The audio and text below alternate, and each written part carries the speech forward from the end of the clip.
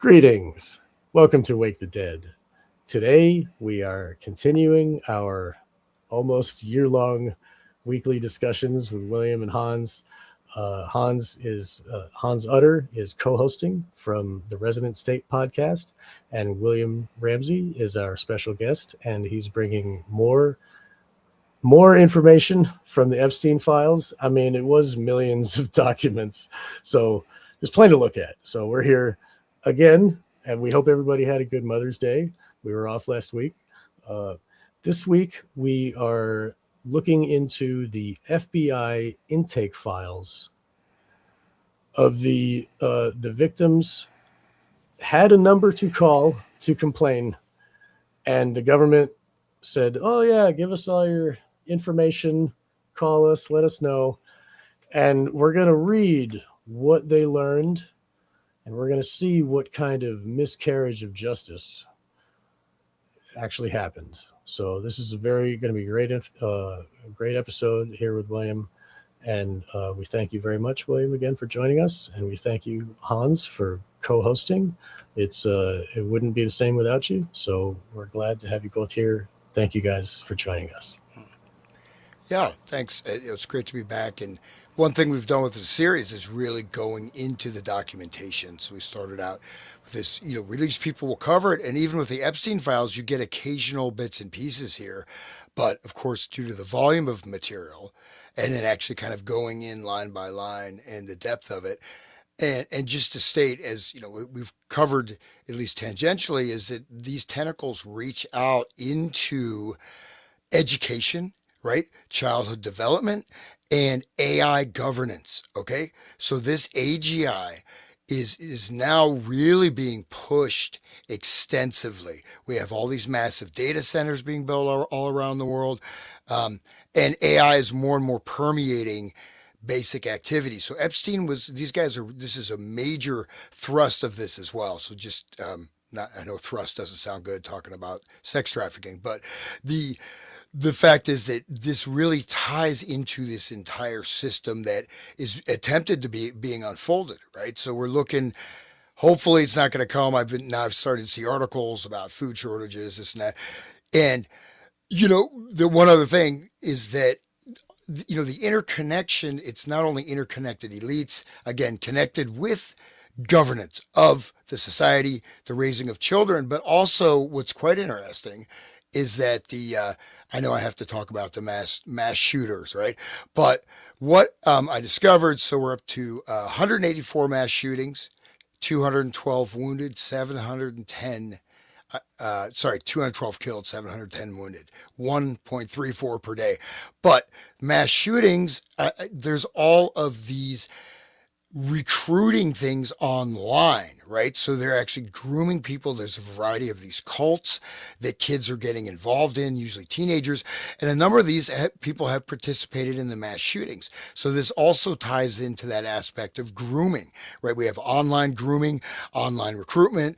Not only for becoming a mass shooter psychopath, but also for sex trafficking as well. So this is all interconnected and interweaved. And then, of course, I'm sure Cash Patel is good to have a drink with, but not too much about the files. So here we are. So, all right. And thank you, William, one of the great voices out there in the alternative media. He's been a real stalwart. So, Mr. William Ramsey, take it away. Thanks for the great intros, and glad to be here. Glad to be with you again. Had a nice week off. Traveled, got off grid for 3 days in the redwoods, so feels refreshed. It was nice. Actually, you can kind of like if you get the chance to kind of de-electronicize yourself and get away from the grid, do it. Take every opportunity you can, because it's just so nice, like fresh air and natural sounds. Like I live in LA where it's totally unnatural. Anyway, it's true. There's a lot of these documents and things like that happen. It's endemic, this sex trafficking. It's for people who are not involved. They're probably shocked at the enormity of it. And for the people involved, they all just have to keep quiet in there. Like it's like a code of silence, a doctrine of silence, and maybe even a cult where it's like you just keep quiet about what you're up to. But this is a massive trafficking thing. There's all these intake documents. The first couple of slides that I have kind of describe how the FBI takes stuff in. There are two different sets. There's an NTOC, crisis intake, where somebody calls in, and then a 302, which is the follow on. And I think the 302s kind of came up in some of the Trump Russiagate stuff.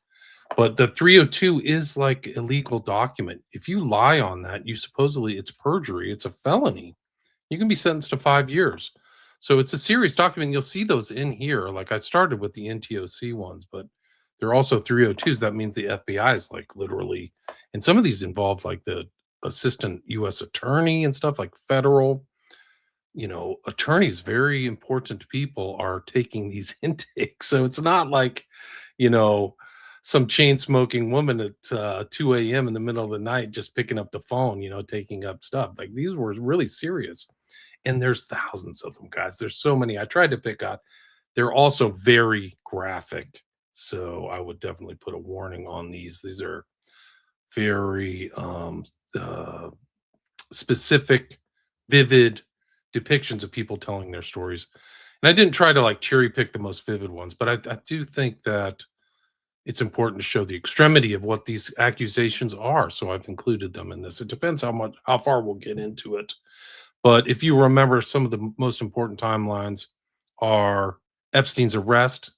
And these are all dated. That's very important. So they came in after Epstein's arrest, which was July 6, 2019.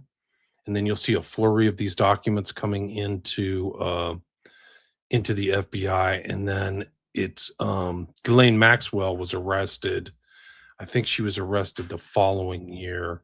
I do have her arrest date on here. It was July 2nd, 2020. If you remember, in New Hampshire, she was arrested. So you'll see that these are like people felt comfortable enough. And some of these actual documents do show, like, I don't want to show up without an attorney. So like, it's pretty incredible. And the redactions are just off the charts. So from what you can tell, even with all these redactions, they're very important things about sexual abuse, Trump, Bannon, espionage, feeding things to alligators, kids being trafficked underneath the age of 10. So like this whole, like I've repeated it before in the past, that, what they've told the public, this kind of message, which I think is a very well thought out message on their behalf, is that these are people involved in Lolita or whatever, or teens or whatever. And it's not true. Maybe there is that, and there is that evidence or those facts in these files, but there's also really young kids, and there's like disappeared babies and stuff like that too. And I think it's becoming more and more evident that they're involved in cannibalism, man. Like, I'm really not, like, I mean that really serious. Like, as I read through this, didn't believe it the first time, but they're involved in very, very dark stuff. And there's stories of rituals and things going on that island that people were talking about in the past. And they've kind of been validated by the release of these files. So you have to kind of go back through to Pizzagate and all this other stuff. And we've done that through Abramovich and those things like that. But anyway, my first intros, and also this one interesting case that not a lot of people have covered, which is in a connection to Epstein, is these Alexander brothers who were recently convicted of drugging and raping girls for decades. Like, they literally were. Not a lot of people know the story. I don't know if it's really been covered, but they were prosecuted and they haven't been sentenced yet. But it's three brothers in Miami who were associated and mentioned in these files, by the way, in an intake file that didn't get acted on. And that's kind of how I start this off. So I don't know if you guys feel like reading a lot. I can do some reading, but there's a lot of material here. So I'm ready to get started. Yeah. Did any of these get acted on? Good question. Really, really good question. Sorry. I don't know. I don't think so. I don't Right. think one was acted on, guys. Because we haven't seen anything like other than Maxwell, Right. as far Well, I as think that this will be hopefully eye-opening for you two Right. guys and for the audience to see that this information's coming in, but you don't see this mass prosecution. And the public story is, they tried to, what do you call it, like stovepipe it, like, oh, it's just Jeff and Matt and Ghislaine and they're pedophiles and we got them, right. And they were only doing sex stuff. There was no finances, no any of that. No drugs, no Right. murder. Right. Bro, Yeah, once we murder. go, I mean, we'll have to do a private thing of the murders associated with the Epstein network. It'll blow your freaking mind. You will be in shock. Yeah, well, there's a whole network. I mean, Ohio is really a central point for this. Ties into the mega group, ties into 9/11, but also, again, just to reiterate, all those codes that were made fun of for the Pizzagate stuff, they're using the same codes, and they're talking sometimes about cannibalism, etc. But I think what is stunning, and I just want to. I've been doing some stuff which I'm going to be putting out soon, on the world brain, global brain, 6G, computer integrated human networks. That is the next phase that is being pushed again with the data centers by the same people that are doing industrial scale trafficking, and they're out there, they're out there prosecuting, white nationalists or something, or Republicans, or I mean, you look at the resources, or fake, setting up fake terrorist attacks or whatever, and they just don't. They just let that stuff go. So, William, would you have any idea, like a guesstimate, like how many, if we look at Epstein's career, how many women were trafficked through his network? Would he even come up with a number? Um, In my opinion, it's over 5 figures. And a lot of these people, they're not in, but they seem to like it's the same thing with Cosby, which was smaller. Cosby didn't seem to be working in a network as far as I could tell. But a lot of the women went on with their lives. They got married, they had children, they didn't want to come forward. And I think the Epstein's like that too. So you don't see the largest percentage of all these people coming forward. Some have like there are new people who showed up in Congress last week that I've never seen before, like some woman from Kazakhstan. Like, whoa. And what you realize, even in these files that I put together for today, or maybe today and next Sunday, is how international this was. Brazil, Eastern Europe, Norway, Sweden, those kind of Nordic countries, just all over the place, just women, Cuba. Like, wow, just they are just searching for women at every, like, ballerinas and all this other stuff. So 10,000, that 5 figure number of women, and probably perps in the thousands, I would say. I think that's fair. It's not a small number of figures. I think it's like circles that increase in space and time, and you can see people sent to other people. And some of these people, like, forgot the girl from South Africa. She said she was raped 3 times a day on the island. And there's more stories coming out, guys. It's really crazy, like the stuff, the ritual stuff, and that Jeff would like. The temple is like an epicenter, but there's a story that I read a while back that, like, I've read it in context, and apparently they would set up like a theater, and they had code word. They had this another code words. Is that theater was a code word, so you would read it like, "We're going to the theater." Well, the theater was Jeff getting up on a stand saying stuff like Aleister Crowley, like, there are no rules here. Everybody is totally free. So it's like Crowley's idea of freedom. And then the orgies would start like that dark. Marquis de Sade, we Yeah. went to Yeah. that Marquis de Sade, but Yeah. but Salo. like the It like goes the back. Salo, yeah, the yeah, building in Salo where they all go to yeah. do the thing. Right. So I think that the island was like Salo, guys. And it may not have been that apparent to me even when we did that show. And maybe I'll find it and find the story and we can read it tonight. It'll just blow your mind, man. Like talking about like the bail stuff. So on the island, they had they would designate somebody to wear the bullhead, and that person would be like the representation of the entity, almost like presencing from the Order of Nine Angles. And that person would walk around and you'd have to obey. That was like their sport. Like you'd have to obey the bailiff. Like the bailiff was like the god. And it Right. goes back to the whole like burning stuff and all those things. Like King for a Day, Yeah. also the whole Oh, stuff from yeah. Just like that, yeah. yeah. Well, and that's we know, Sean. We talked about this some of the shows I did with you, Kilifat. Is that these ancient cults are still operational. We Right. see it again here, and they're choosing Baal, right? And just one thing again, how pervasive this is with the culture. I mentioned these online recruiting, all this stuff. Even you have the voluntary sex trafficking, like whatever. You know what I mean? All these girls that are just like doing this porn stuff. So, and the thing is, they talk about feminism. They don't give a damn. Look at the number of rapes in Europe. They don't give a damn about that. Yeah, Right? they tell the women to get better shoes so they can run away. They don't tell them you should have a gun or like, bring your man or whatever. They just get some good shoes. Mm. So when you get attacked, you can run faster. Like wear your sneakers out or like instead of your high heels. Like, Mm. okay.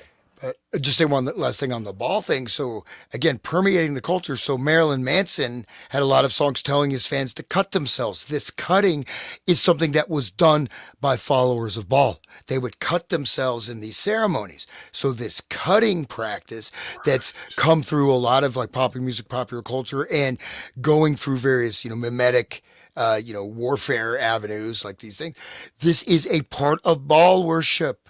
It always has been for millennia. So this stuff is still active and it may be slightly obscured, but they're directly referencing it. They could still do the same thing and, make it like Lord of the Flies. No, they're doing ball. They are invoking these same demonic entities or whatever you want to call it. It goes back to the Old Testament. If you hear about Elijah contesting with the priest of Baal, they were down at the river and they were doing their rituals, bloodletting. They were letting their blood. That's how they summoned their entities. And then Elijah pours the water on the logs and says, I think it was Elijah, pours the water, and then the priest of Baal, and then the fire comes down. And then Elijah takes them down to the river and slits the priest of Baal's throats. Like, it's a little pretty graphic. It doesn't seem very little bloodletting of very his own. Old Testament. Yeah, right. Bloodletting. Anyway. But that blood is the power of life, just like the sex magic, it's blood magic too.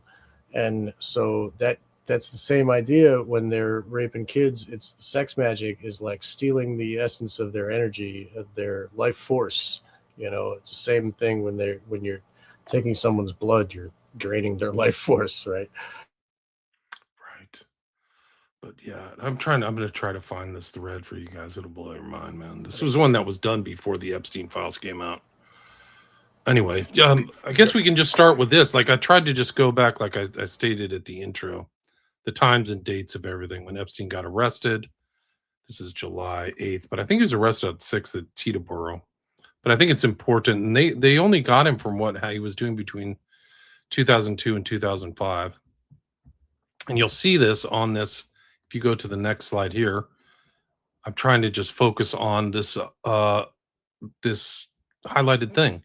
If you believe you are a victim of the sexual abuse perpetrated by Jeffrey Epstein, please contact the FBI at 1-800-CALL-FBI and reference this case. So people actually called. Like, this was not emphasized in any public articles to my knowledge. Like, I read a lot and I haven't seen even like the researchers that, who I admire, like I think Ryan Dawson and Whitney Webb have done a great job, but you don't see them talking about this yet. What's important is to see the enormity, and sometimes this happens in civil litigation. This is not civil litigation. It's pertaining to a criminal complaint and also an act of Congress, right? The EFTA, the Epstein Files Transparency Act. It's still in play right now. Like, it's like literally I'm watching the network operate, like literally in store. Like, I can tell these people are blackmailed or turned, or it's still happening. But it's also up for grabs in the Massey primary, which is happening on the 19th. One of the guys who jumped ship from the Republicans, supposedly the most moral group, the Christians, right? They're the ones they're the ones who prevented the EFT from coming out or from actually being written into law. I'm going to do a show on the cover up just to make things clear. So people will it'll be abundantly clear exactly what happened, how these files were accumulated, where they came from, how they were played like a political hot potato, and then how they were finally released and dumped. And this shows like these intake things it's just like, it's almost like confetti. Like you're going through something that went through a paper shredder. And I think it's all intentional. I was trying to say earlier is they do this in civil litigation. So like if there's a party suing like Standard Oil or Trust, they're like, oh, we want discovery. And did Standard Oil say, sure, you got discovery. Here's 20 million pages. And that's what they did with this is like, they're just drowning people in like massive amounts of documentation, repetitive documentation, redacted. And in my opinion, it's all intentional. In my legal opinion, it is all intentional. And they did it in a weird way. There was 12 data sets, Sean, you know this. But the data sets, like they're very rational up until data set 8. And then 9, 10 are just like freaking millions of documents. You can barely even go through them on sites that have taken the documents offline, or even if you download them from a torrent or something. Really hard to go through. So I'd like people to kind of understand that, like, this is intentional obfuscation. And this is from Grok. He's like data set 9, crisis intake reports scattered throughout it. So that's it. But there is a different, one of the things is the differentiation between the 302 and the intake form. So the 302 is kind of like the follow on to the intake, which we can go over those as well. But it just shows the mechanics of the FBI moving through stuff. And it shows that the FBI thinks it's legit and it's worth calling the person back. You know what I mean? And following up on this thing, because anybody can make a statement. But then when the FBI is like, okay, that's one we need to follow up on. And so that means it gives it more gravitas, right? Like you were saying that they can't lie on this. They go to jail if they get caught, There's more gravitas, right? Exactly. Like they're actually, the FBI, the rank and file FBI are doing their job, it seems like. But here it's USC, so it's a federal statute, 1001. False statements to the U.S. government is a federal felony. You don't even have to sign an oath or anything. No document. It's just material. 5-year in federal prison penalty with fines up to $250,000. So what happens? Like Martha Stewart got busted for that. And that's right. Michael Flynn's 302s were questioned. So, and it's even up today. They're asking for phone calls for sexual predators. This is actually from April 12th, 2026, the same kind of number. This goes back to Epstein. Same thing, call FBI. And then the field officer, this guy's O'Neill, this was something, remarks that he prepared publicly. And if you remember when Epstein got arrested, there was Joffrey Berman, who was the attorney, the federal attorney for the Southern District of New York. But they had, they're like, Joffrey Berman's literally pointing at a thing saying, call this number, right? And so what we're going to get to is these people who actually called the numbers. Like I said, I keep repeating myself, but I'm just trying to emphasize it. So there it is right here on the bottom. Call the number, 1-800-CALL FBI, right? Let's see. Today I'm asking everybody to take a good look at this man. If you've been victimized by him in any way or have any additional information about his alleged illegal behavior, we want to hear from you. Whatever age you are now, what age you are then, no matter what and where the incidents took place. Your bravery might just empower others to speak out about crimes committed against them. They're all intimidated too, by the way. So then it's July 2nd, 2020. And you can, in this thing, you can kind of figure out the FBI standard form, FD 302, used to document and summarize formal interviews, just like you said, John, conducted by agents with the witnesses, victims, suspects, or individuals. It's includes details like date, location, participants, what was said. So you just see all this stuff. And there's like a difference here between crisis intake. But we're going to go to these two brothers who a lot of people haven't heard the story about, the Alexander brothers. This is a recent trial. These are luxury real estate brokers, so they're kind of in these elite circles. They're in the Epstein files, and they're in the intake stuff too. And you'll see the date. But they were just convicted. And this is their indictment from March 2025. I don't know if you want to read this, but it's basically like the Epstein tactic, like grooming, models, drugging. I don't know. Do you guys want to read this indictment, or should we just scroll through it? You do? Okay. Sure. You have a copy of that, So this is page 1. This is all public documents, yeah. Okay. Jeffrey Epstein charged in Manhattan federal court with sex trafficking of minors. Yeah, no, well, I'm at page 19. Page 19 on the PDF. I see. Okay. All right. So Elon Alexander, Oren Alexander, and Tal Alexander, defendants. Count 1, the grand jury charges 1, for well over a decade, and at all times relevant to this indictment, Elon Alexander, Oren Alexander, and Tal Alexander, collectively the Alexander brothers, the defendants, worked together and with others known and unknown to repeatedly and violently drug, sexually assault, and rape dozens of female victims. At times, the Alexander brothers arranged for these sexual assaults well in advance, using the promise of luxury experiences, travel, and accommodations to lure and entice female victims to locations where they were then forcibly raped or sexually assaulted, sometimes by multiple men, including one or more of the Alexander brothers. Other times, the Alexander brothers encountered and chose their victims by chance. Often, the Alexander brothers drugged their victims before assaulting them, preventing them from fighting back or escaping. 2. Alon Alexander, Oren Alexander, and Tal Alexander, the defendants, worked together and with others to carry out and facilitate their sex trafficking scheme, including on some occasions by committing forcible rapes and sexual assaults together and with others, jointly arranging domestic and international travel and accommodations, and jointly financing the scheme. Background 3. Alon, Oren, and Tal, the defendants, are brothers. Alon and Oren are twins, and Tal is approximately 1 year older. At all times relevant to this indictment, Oren Alexander and Tal Alexander were real estate agents who focused on ultra-luxury markets in New York City, Miami, Florida, and other locations. Starting in at least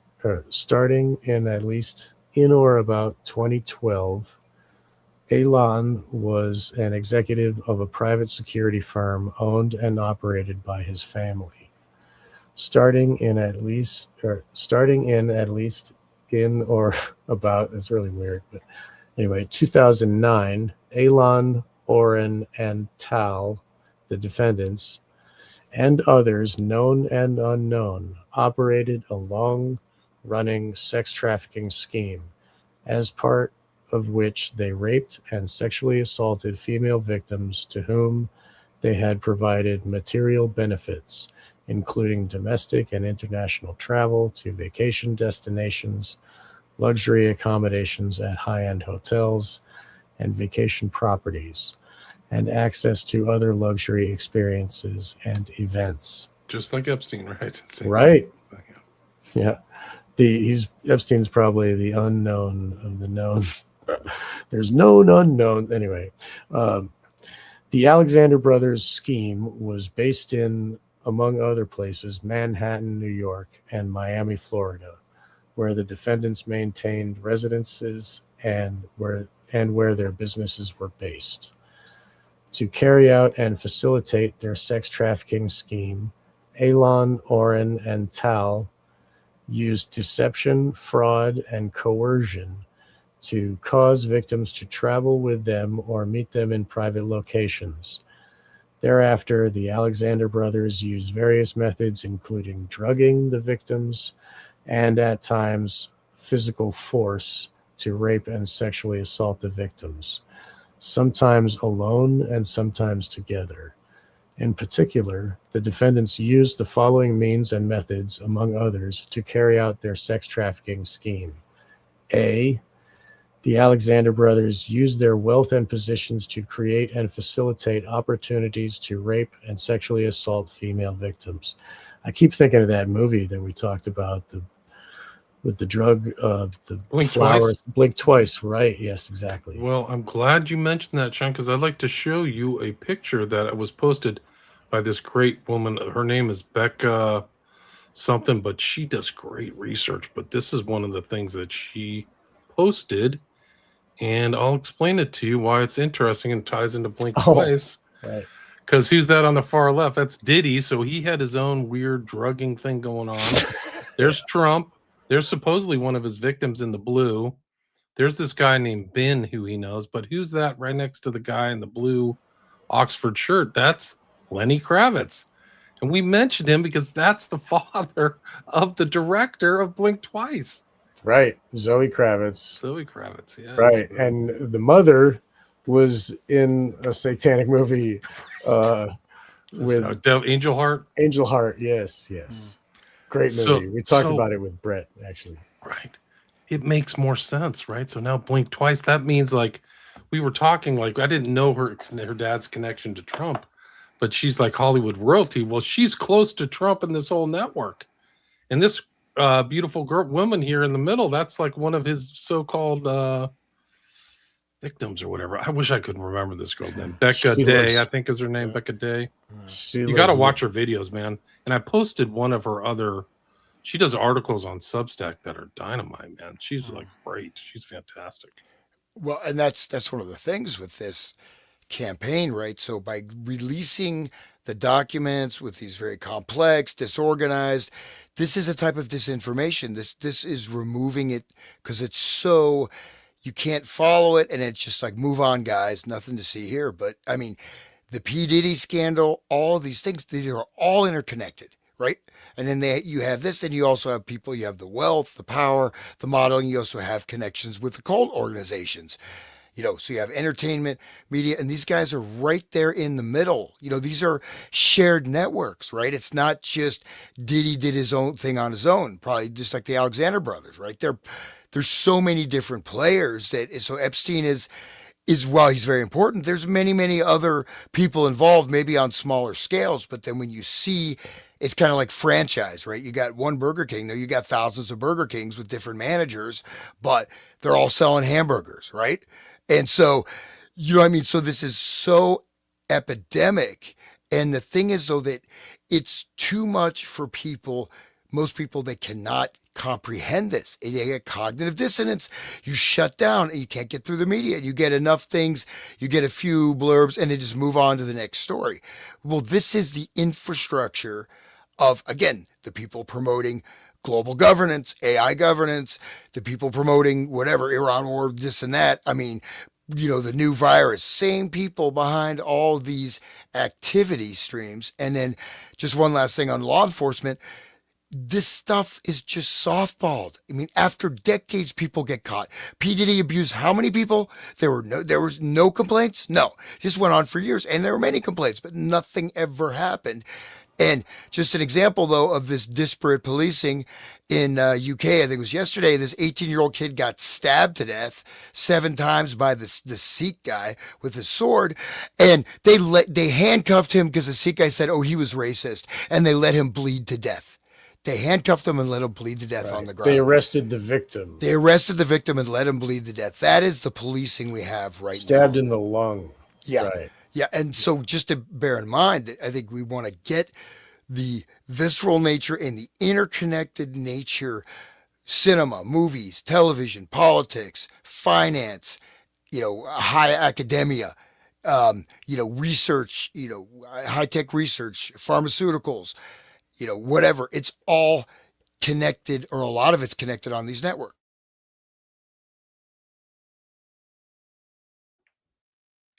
That's correct. Becca Day, I think that you're right. That's it. And Diana says, any chance Trump will pardon the Alexander brothers? That's a great comment, because here's the let's go straight ahead, where they're like literally waiting for a pardon from Trump. You can't make this stuff up. Let's see if it's it right here. Oh, shoot. Let me see if I can figure this out. If George W. Bush can pardon that murderer guy, what's his face? Then it's anything's on the table. Anybody can pardon anybody. They're taking here it is right here. This is slide 36. He says their best bet may be clemency from the White House, which they are purportedly exploring. This is a recent article. The only real chance of freedom for the Alexander brothers isn't a successful appeal, but a presidential pardon because of the family's connection with President Trump. Romani adds, they thought they were above the law. I really think they're monsters. So good comment, Diana. You feel like reading some more? Let me see if I can find Becca Day's stuff. It's just great stuff. I'll keep going while you look. So they used the brothers used their prominent positions in the real estate industry to induce other women and girls to attend events and parties and to meet other female victims at those events and parties whom one or more of the defendants later sexually assaulted. Didn't that also happened in Blink Twice? There's like this party at the beginning where the woman was a waitress at, anyway, it was a chance encounter. Anyway, Don't you think the grapevine works that these people know, like they knew the Alexander brothers were dangerous, or there are rumors of women? Like women talk, yeah, like especially about this type of stuff. I think like, oh, those you might not wake up and not remember stuff or whatever. Like so. How much remember that Epstein was talking of looking at memory erasure, right? How to erase memories of trauma. And so that, of course, the big thing of Blink Twice, besides really revealing probably what actually happens, is that people could be victimized multiple times and not really remember. They feel a little weird. I mean, eventually they put it together, but I mean, this is not only through drugs, through trauma. I mean, I think that's a big part of it is to, erase their memories. Satanic ritual abuse. Anyone like ding, ding, ding. It's erasing the memories, and the memories flood back in their 30s or something long after they're done with these victims. This is the girl Substack. Please check her out, Becca Day. I'll put a link in my show notes. Very worth your time. And some of these articles I've never heard. Like this girl is race. I've never heard her name. Like some of these people are coming out of the woodwork. Like I don't even know who some of these people are, but they're all like just like Hans said. You just see the same names and faces. And this is like literally she's with a Rothschild right here. And that's the guy who runs the hotel in Hollywood, the famous one. I can't remember. It's on Sunset. Shoot. Somebody in the show notes will know it. Yeah, she has great articles. And, they're good reading. They're really good. So anyway, sorry. It's great. I hope you get her on the show, your show. So do I. That'd be good. So I'll keep going. Here we go. At times, the Alexander brothers used social connections or the guise of starting a relationship to lure and entice female victims to meet with one or more of them at a public place or group event, or to travel to meet one or more of the defendants. On multiple occasions, the defendants, alone or together, then sexually assaulted the female victims, sometimes within hours of their meeting. Immediately following the sexual assaults, the defendants sometimes offered the victims material items, including travel, concert tickets. Oh, I'll get you these P. Diddy tickets. Just don't say anything. It's disgusting. Backstage, and here's the backstage pass to meet Diddy. Right. After I raped you. Let's go hang out with Diddy. Yeah, call Dude, Diddy. how She's many of coming. these women have been like abused in multiple occasions, like Virginia Giuffre or something? Right. Yeah. And like they're a commodity to be traded amongst each other, Some trips and events were organized by the Alexander brothers well in advance and involved domestic and international travel. The Alexander brothers worked together and with others to recruit women and girls to attend these events and trips. The defendants, at times with others, shared photographs of women and girls to select those they found sufficiently attractive to invite. That's a very important point. So that's pre-selection, right? So you see this kind of pre-selection of elites, which I think happens in the SFK cases, and I think that they overlap with something the Alexander brothers were doing and Epstein, is this drugging and forgetting and stuff. Right. Epstein was trading pictures. Like he was taking pictures of the women. They were holding up their ponytail and they're turning around and shit. Go ahead. Sorry. Voluminous, bro. There's like hundreds of thousands of pictures that were released. Some are redacted, but like they said, I was reading something the other day. They haven't. I guess for Elaine Maxwell was a real photographer, and they haven't released any of her pictures yet. So like, there's just so much more that has been brought. That's why she's there at that job. Like, oh man, never mind. Go ahead. I wanted to say something. Yeah, I wanted to say that with what I've been researching these, online cults, again, recruiting the mass shooters, but also the sex trafficking. One of the big things they do is they get them to take pictures and then they blackmail them with the pictures they've taken and force them to do more sex acts and this and that.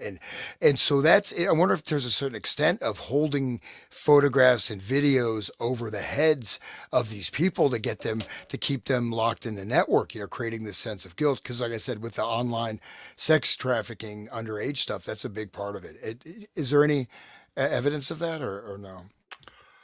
Not to my knowledge, but there's a lot of pics being shared in the Epstein files. So they're definitely doing something like the Alexander brothers. Like, I got one from Eastern Europe, 18 years old. Here's a pic, but the pic is redacted or it's not included. Um, so I think that that's kind of like they're like a pedophile, like they have those pedophile networks where they share CSAM with each other. So I think these kind of elite sex traffickers do something like that. I think the evidence shows that, the facts show that. Great comment here by Deb. The interesting connection with Blink Twice is Carlos Slim. His museum is shown at the beginning of the film. I was not aware of that.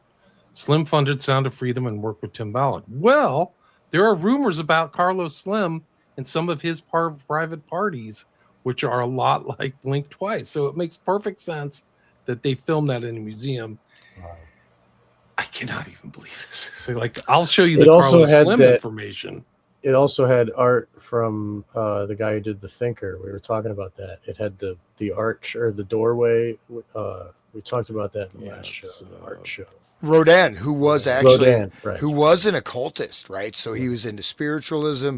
He was connected with the That was in the film. Yeah, so that Rodin ties into, of course, we saw the gates of hell, right, and all that stuff. And again, he tried to channel whatever, to what extent I don't know, but he was definitely involved in spiritualist circles and tried to bring to life things that he felt he connected with in his seances or whatever. So these are all, and then again, what we have is this revelation of the method where they show the revenge right at the end of Blink Twice, but actually these are the people that are doing it.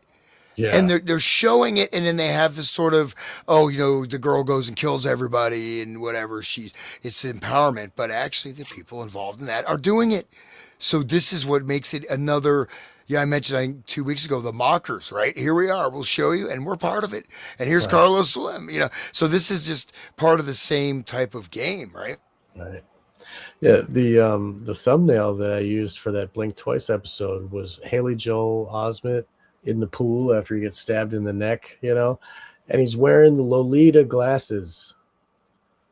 And it's like, and what is he famous for? That line where he's like, I see dead people, It's like a little kid and he's like, oh, I see dead people. But then what is he seeing it through? The glasses of the Lolita, the cover of Lolita. And those glasses, like the hearts, they represent child sex. Like that's what those heart glasses are. It's just Lolita glasses, and he's wearing them like to be silly. And then just that, like right there, it's really interesting how she put it together. I think Zoe Kravitz is a really good artist. I think it was she did a good job.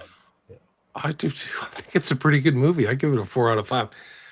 There's so much more in there because after Epstein got arrested in July, one of the books we have his records. He bought an annotated Lolita, and he knew the kind of inside kind of ball game that was in Lolita, much like the film has the symbols and stuff, ping pong. I think he knew the kind of what Nabokov was kind of putting in there, something different than a superficial reader or something like that. Like he knew what some of the secret meanings of what Nabokov was putting in there. Nabokov was abused by his dandy uncle. Makes perfect sense.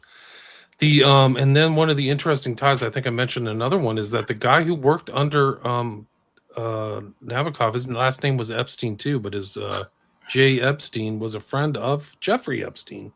And Jay Epstein became like a JFK specialist and writer, but he's chatting with Jeffrey Epstein all the time. They are friends. They are intimate friends. So it's a direct tie between Epstein and Nabokov. It's not 6 steps. It's like 1 degree of separation. And like all of Nabokov's books feature child predation, like child attraction to young girls, like all of the books. Ben the Sinister. Like there's some really like he's a famous writer. Like and he talks about like how his uncle would like give him a green leaf, and then like what's that? That's the old language from before they were saying CP or pizza, they were like it was green leaf, and then you go and look around and like, oh, the green leaf freaking, camp place or whatever that where Tracy Twyman was looking at before she got what happened to her. Wow. Like there's Nabokov knew all of the codes from like the old type codes because he was predated on as a kid by like those rich people, like his uncle was so yeah, so that I think he was putting those codes in the book just like other occultists when they use the language of occultism, and they got their own special form of occult is predation of children. They keep that a secret. That's hidden, right? That's occulted, like literally occult.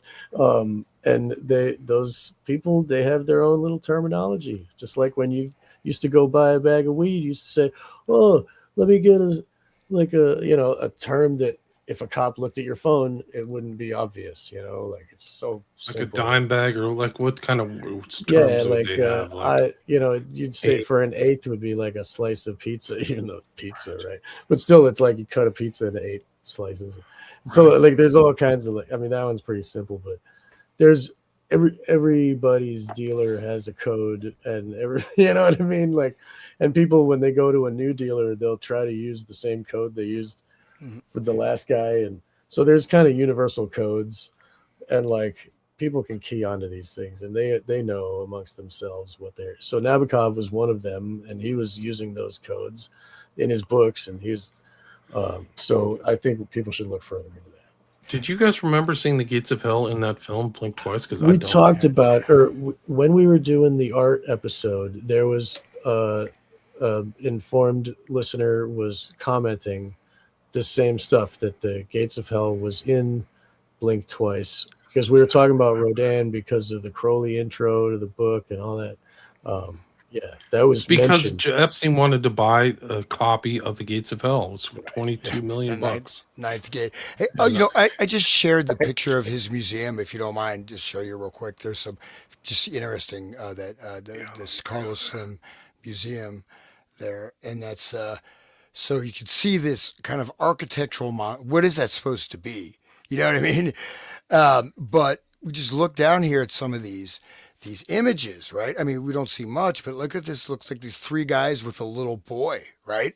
You know what I mean? You got this girl, you got all these weird, human figures, but this looks like three guys, with a kid. And so, this girl looks in that, That's Rodin art right there, by the way. okay, well, there you go. That three piece is Rodin. There's Okay. no question. Yeah. So, I mean, you've got these sculptures and this art. That's another one of the codes, right? The key codes for this thing.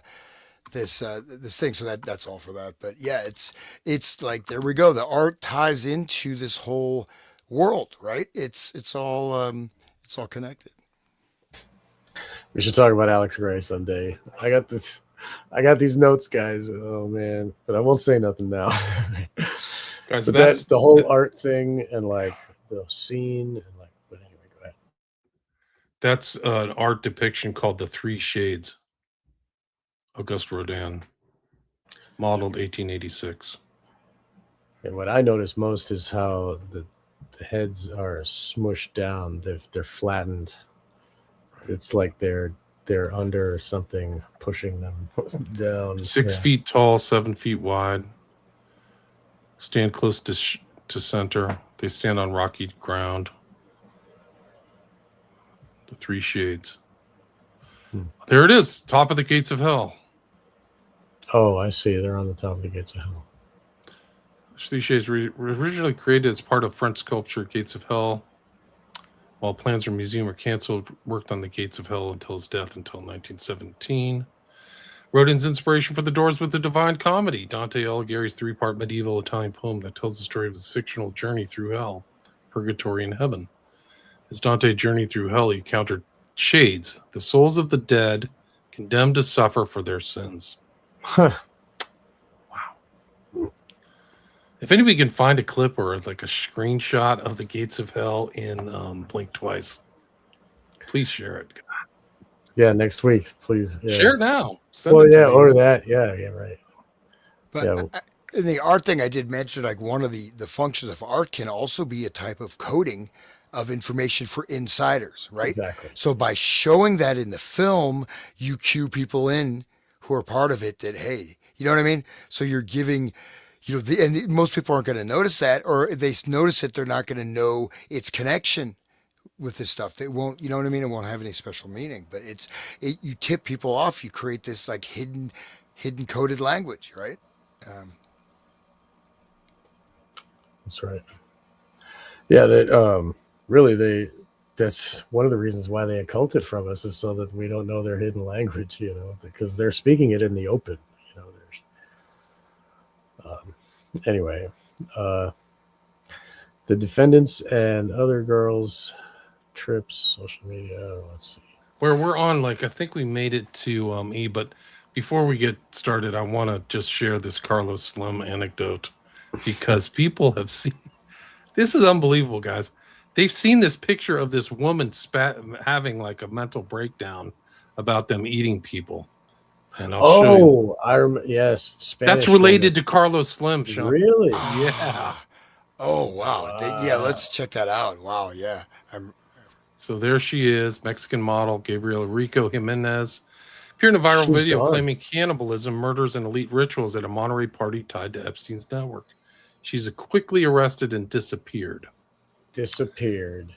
Rumors about elite dinner parties hosted by Carl Slim largely stem from a viral 2009 incident involving a Mexican model who made unverified claims about secret elite societies. There's absolutely no credible evidence, legitimate journalism, or official documentation to support these dark conspiracy theories. That's Google's gem. Are you going to get any official documents like, yes, they were eating people at 9:35 p.m. Like, well, they killed people. They ate human flesh, right? And right. there's that other movie, Sean, you familiar with, where the guy, his friend has this job, like elite chef job, and he goes out, he gets all this super amount of money, and his friend calls him to work with him, and it turns out it's a human flesh feast, right? Right. And his friend kills himself, then he takes the role. So he gets all this money, but he has to do these elite dinner parties, and they actually have to go hunt the victims. The chefs do, but they cook them with, like, we have people coming from all over the world, and they're paying Right. millions of dollars for these Right. meals. And here we go. Like the Kurth Barker's testimony in his book, Kurth Barker talks in Cannibalism, Blood Drinking, and High Adept Satanism. There was they would have these parties where the guy, the host of the place, the rich guy, he was vegan the rest of the time. The only meat that he did eat was humans. And they would get people like Mexicans or whatever, but they would also get like important people, and they would have like high people that are like high in society. That, I guess this guy didn't eat the Mexicans. There was the other ones that would eat the Mexicans. Not that they're bad or anything. Anyway, but these people at the party, they would have a table, and everybody's sitting at this round table, and at the center of the table is a card with a photograph of the human that they're eating, and on the back of the card it describes his life. And they're all like, this is, and they're learning of it, and as they're consuming his life force, his energy, it's really, holy crap. But it's organized parties, like once a year would be a big deal for this dude, and all these people would come, and they would all, feast on humans. That's just one of many testimonies I've read. Well, do you mind going back to that lady's testimony? We maybe read that. I thought that was interesting. The last thing you had, that Mexican model, they had Could we play the video? She's like screaming, "They ate humans." yeah, there was like a text thing with her testimony or her statement in that last thing you were showing. William, did you? Oh, you Oh, didn't. You're muted, William. You're muted. We don't hear you, William.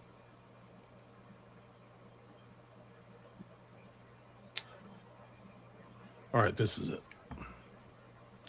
What did I think that there is a YouTube clip? Oh, there she is. Can you hear that? I didn't hear nothing. Funny.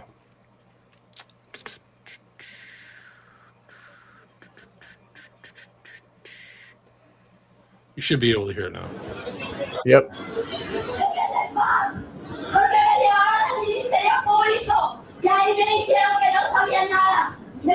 I can't play this on my thing. I'll get demonetized. You maybe mute it and we could read. Do you want to read what she said here? I'll You can just read read what it. she said. Can you put the comment away so we can see the whole screen? Sorry. Okay. And then like I'll read the translation, and you can play it at muted, and maybe that won't Let me see if I can download trigger the YouTube. It hurts my soul that they took. Okay. Okay. Okay.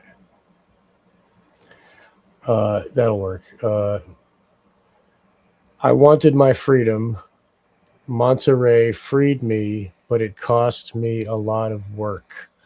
I was in Mexico City for a year and 4 months. All this began in mid-2001. I barely remember. They were young and powerful, and they killed them.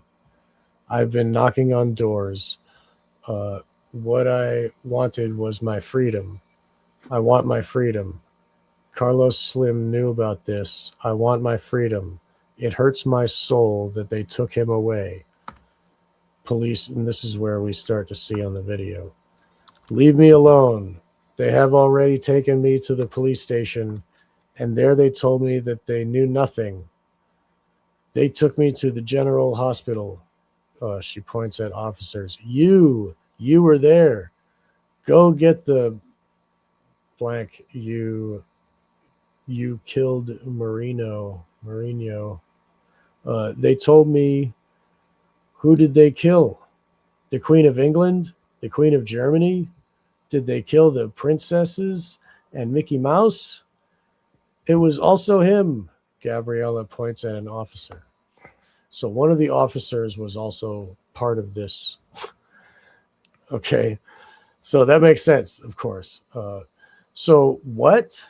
Nothing is going to come here? The people where you come from are crazy.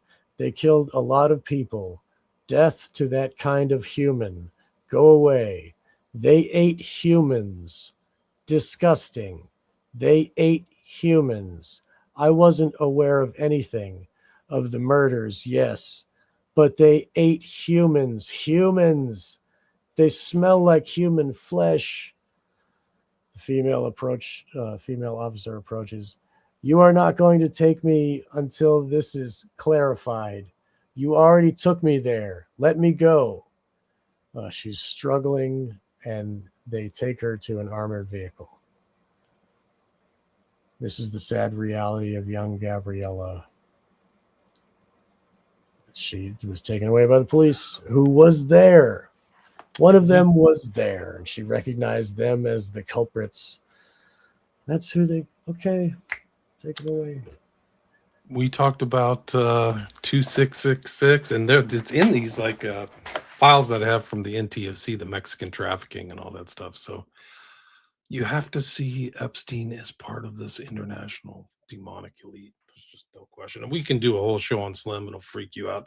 His business tactics. I know a lot about that guy. I know a lot about a lot of stuff, but what they would do, he made his money on cell phones, but what he would do is he would just tell people, I'm putting a cell phone up right here, a tower, and you're either going to take it, or I'm going to move you, or I'm going to have somebody come to your house. And they would just do it because it was just all muscle, like literally cartel type, like gangster freaking capitalism. And that's how he expanded his cell phone network through Mexico. It was just like, you didn't have an option, man. You either got like the silver or the lead, so to speak. So, Well, he should work for these data centers here. yeah, he'd be great. I'm sure they're going to have a data center wherever they want in Mexico. You can believe it. Like, Yeah, okay, right. we'll just move these peasants away. That's the way they do it. Kill, And there's kill the really poor. rough, there's rough pedo networks there and stories. And Yeah. I mean, Juarez is just the tip of the iceberg. America's rough, but We did talk about that. You we showed did. the pictures. Yep, right. Yeah, it's Roberto. What was the guy's last name? Well, and the data centers, I mean, China has what, 1,800? US are putting in 5,100 data centers. Completely destroy. I mean, it's going to just wipe out electricity. What? For what? Well, one of the No things. more water for humans. Yeah, Just complete surveillance, robot policing, robot dogs. I mean, they're trying to, digital currency. I mean, the data centers are to drop down absolute ultimate control grid, which requires depopulation to really initialize. But that's what's on the books. There's no reason to have these data centers are insane. I mean, they just they're anti-life. They're taking the water. They're destroying electrical infrastructure. Like look at Aspen, all over the country. Are you telling me you're against progress? How could you, Hans? This is progress. We're moving in the future. I'm calling the FBI. I got their number right here. Yeah. Oh no. No, so in the future you'll just have the friggin' drone will, if you start saying that, the drone will just come down and shoot you. Police don't have to be involved. And as soon as AI has governance, no one's accountable, right? Right. So they're trying to do total AI governance. Right. Again, same people. And I just had a even thing Joe Rogan is talking about that. Like, oh, that might be a good idea. Dude. Let AI be government. Dude, why not just have no government? I mean, what the hell, people? They have court. Let AI take over. They have court systems running off AI in multiple countries. Divorce courts running from AI. I just dealt with a car insurance claim, and I got this Emma. She's texting me at 3 a.m. and she's like, "Please send me your address. Why didn't you call the police?" And I sent you my address 10 times. AI. I get all these aid. They're calling me, imitating. It was just retarded. But that's what AI is, man. It's hell on wheels. And then you got the drone will just zap you or whatever, dude. And then they can erase your entire finances. AI just decided, sorry, you've lost everything. You need to be more optimistic, Hans. Yeah, what's your problem, Hans? Yeah. We need to get you some GHB so you don't have to worry about things anymore. I thought that's what the blue drink was. I thought that right. GHB. Anyway, sorry. Yeah, okay. Anyway, this is super dark, man. Yeah. I mean, Epstein's super dark, guys. It gets really freaking dark. It's really horrible. You got to be drinking GHB to take this information. Yeah, well, this is right here. I mean, the next paragraph of this thing is GHB. Oh, here we go. Okay. Yeah. All right. So we're down to E. In addition to inviting women and girls to their events directly, the Alexander brothers and others worked with party promoters to arrange for women and girls to attend events or travel with them in order to ensure that there were a sufficient number of women and girls present. On some occasions, after the women and girls accepted the invitations to attend a particular event, the Alexander brothers transported women and girls and caused women and girls to be transported across state and international lines. The defendants and other men attending the trips pooled financial resources in order to pay for flights and other travel expenses for the women and girls. In advance of the events, the Alexander brothers and others procured drugs that they agreed to provide to the women and girls, including, among others, cocaine, mushrooms, and GHB. And just one thing, GHB enhances the other drugs. If you only do a little bit, like I know it's like a science for deadheads or whatever, but like the GHB actually enhances the other drugs. So like if they're doing cocaine and mushrooms, they might even accept willingly to take the GHB because it makes the cocaine work more and do more or whatever. And same for the mushrooms. So, but then they can, like, one little drop will make you have fun, but then like 2 or 3 drops will put you on the floor and you don't move for 12 hours and you feel everything and you're aware, but you can't move your body. I mean, so like the dosage with GHB is like incredible. You gotta know what you're doing with GHB. So I'm just saying that it is used by drug users. It's not just for raping girls. Like, they could be saying, "Oh yeah, I'm getting GHB just because I'm doing a lot of cocaine and I want to do, whatever." That could be just because they're party guys and, oh, GHB, that's normal for party guys. That I'm just saying. So, but it is totally it turns off the body. The brain can't communicate with the muscles anymore, and the muscles don't move like when the high dosage. But the brain doesn't go to like. Also, they don't remember. I think maybe that's Rufinol, but the brain is awake and experiencing, but the muscle doesn't move. It's really sick. No, it causes amnesia. I mean, it does cause It does amnesia. cause No, amnesia. yeah, there's no Okay. question about it. Yeah. I know the Rufinol does, but anyway, Rohypnol. Yeah. Rohypnol, right? That's okay. So anyway, on multiple occasions during these events and trips, the Alexander brothers and others surreptitiously drugged female victims' drinks. Some of the victims experienced symptoms of impaired physical and mental capacity, including limitations of movement and speech, and incomplete memories and events, like you said. And, yeah. So, like, they can't even move their face to like say help. It's funny. Right, but It's this like being process, trapped inside. Go ahead. this Yeah. prosecution's interesting too because they admit that there are other people involved, so the defendants and other men. So you see this network and also these three guys. They think they're the only ones that were tried and convicted. So what's up with the other people in the network? Much like the Epstein network, which they're part of, in my opinion, part of the Epstein network. Right.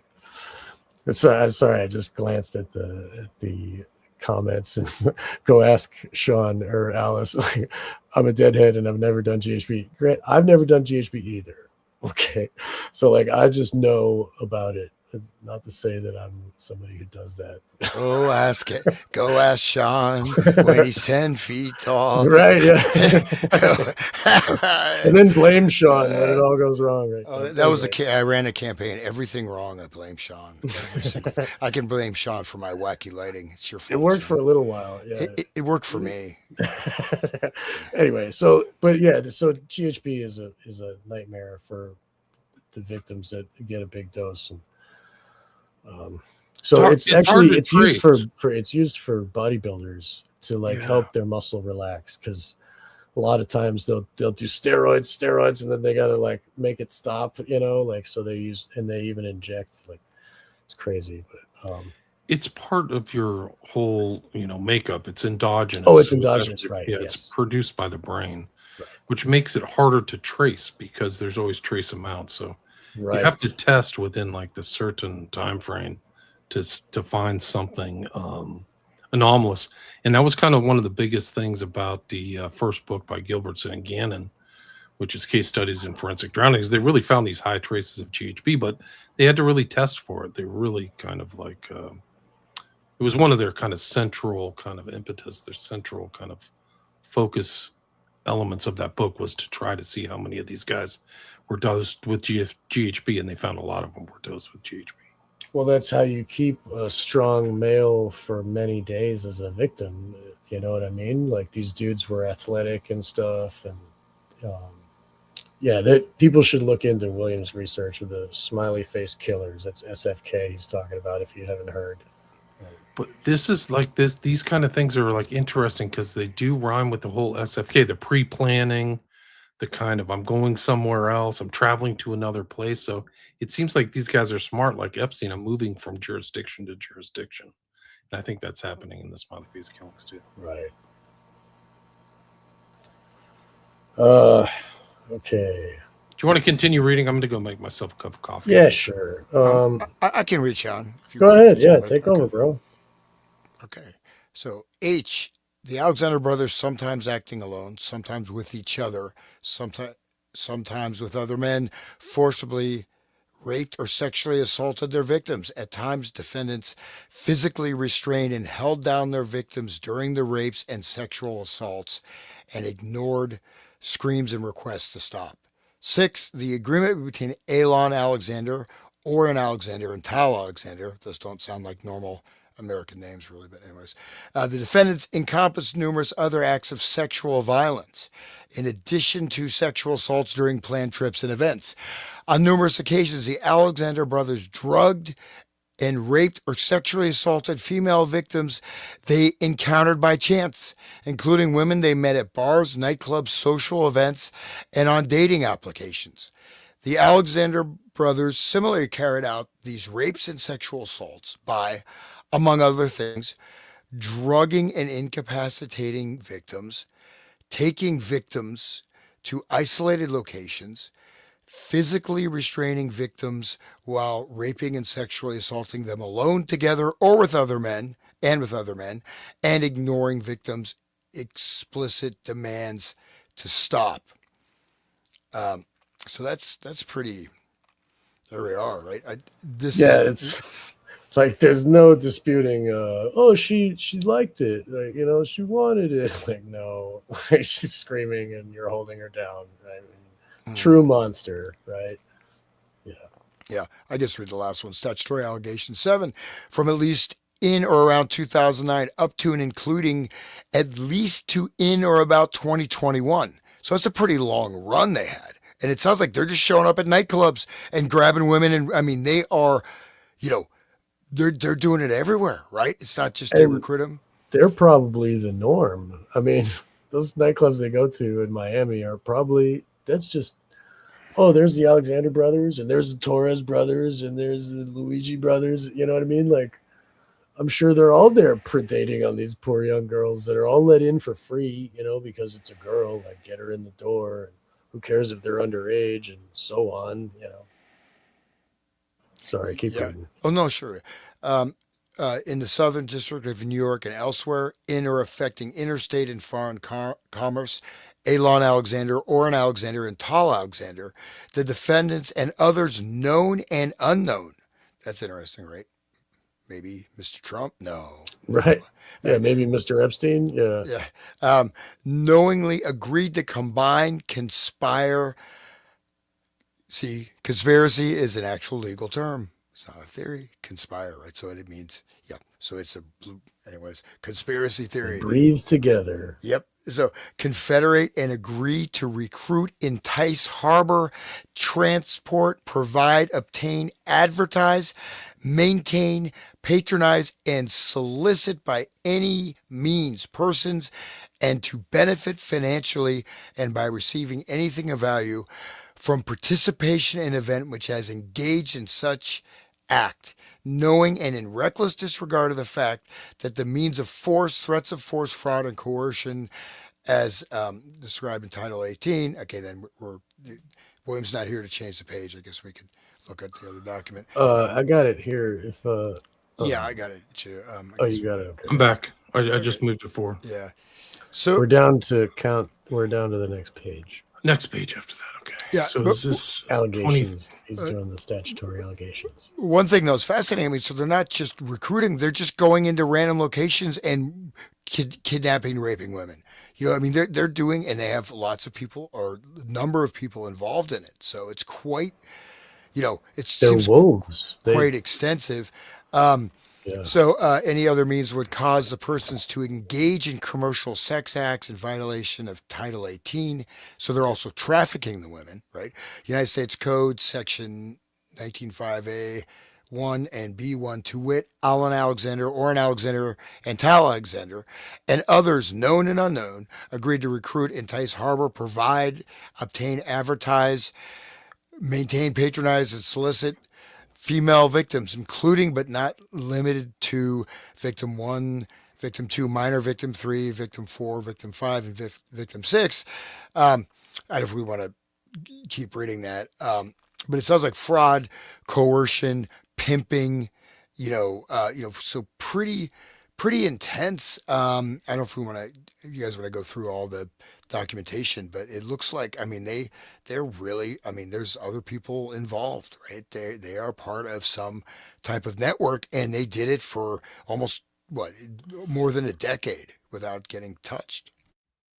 Right. Wait till you see the FBI doc. They said they started it in high school. Like, some people were making allegations that these guys were doing it for 20 years. Can you believe it? Crazy. It's just what this document says. Another document says something different. Should we continue Yeah. reading? Okay. If you want to read or whatever, we can just. This is a long doc. We can see the counts are 9 counts. They're going to forfeit stuff, substitute assets, and this is from May 8th, 2025. If you want, we can pass through it or read the rest of the counts. It's really up to you guys. What do you guys want to do? I think we could pass through and move on to Okay. something else. But I think we got the gist of it. But again, I mean, this is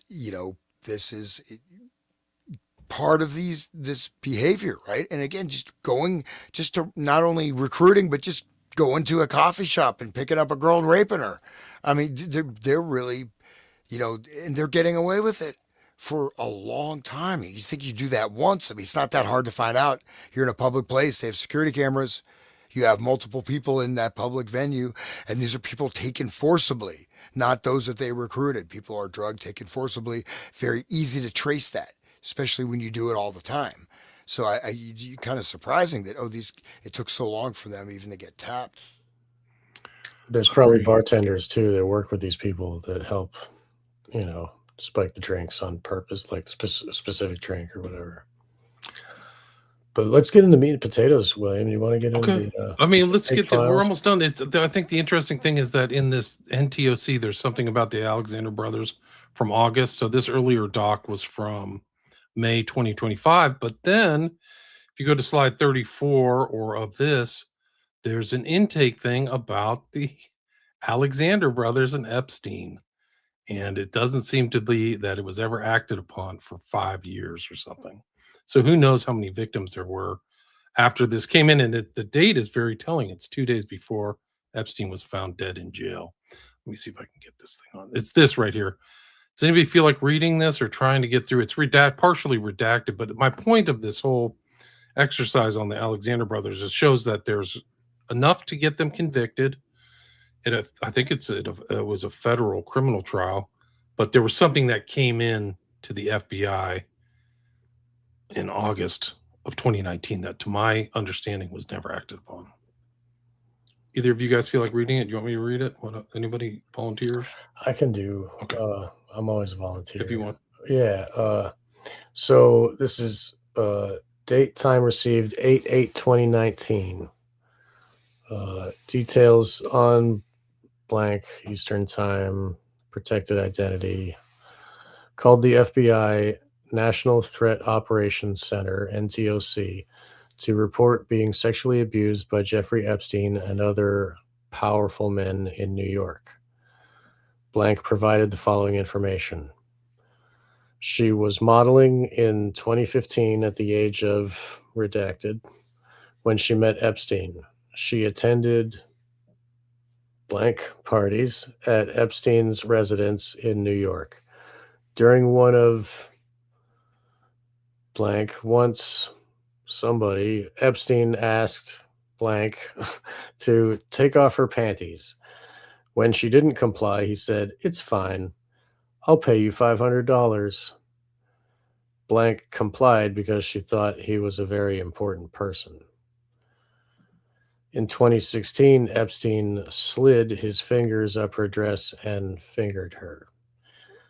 At one of the parties, two twin brothers, Alan and Orrin, who were involved in real estate, lured blank and her friend blank upstairs and locked the door. Blank knocked the door back open, and the two ran back downstairs.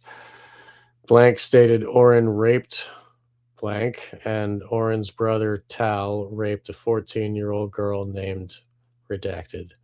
Tried to slit her wrist after the incident. The redacted victim tried to slit her wrists after the incident.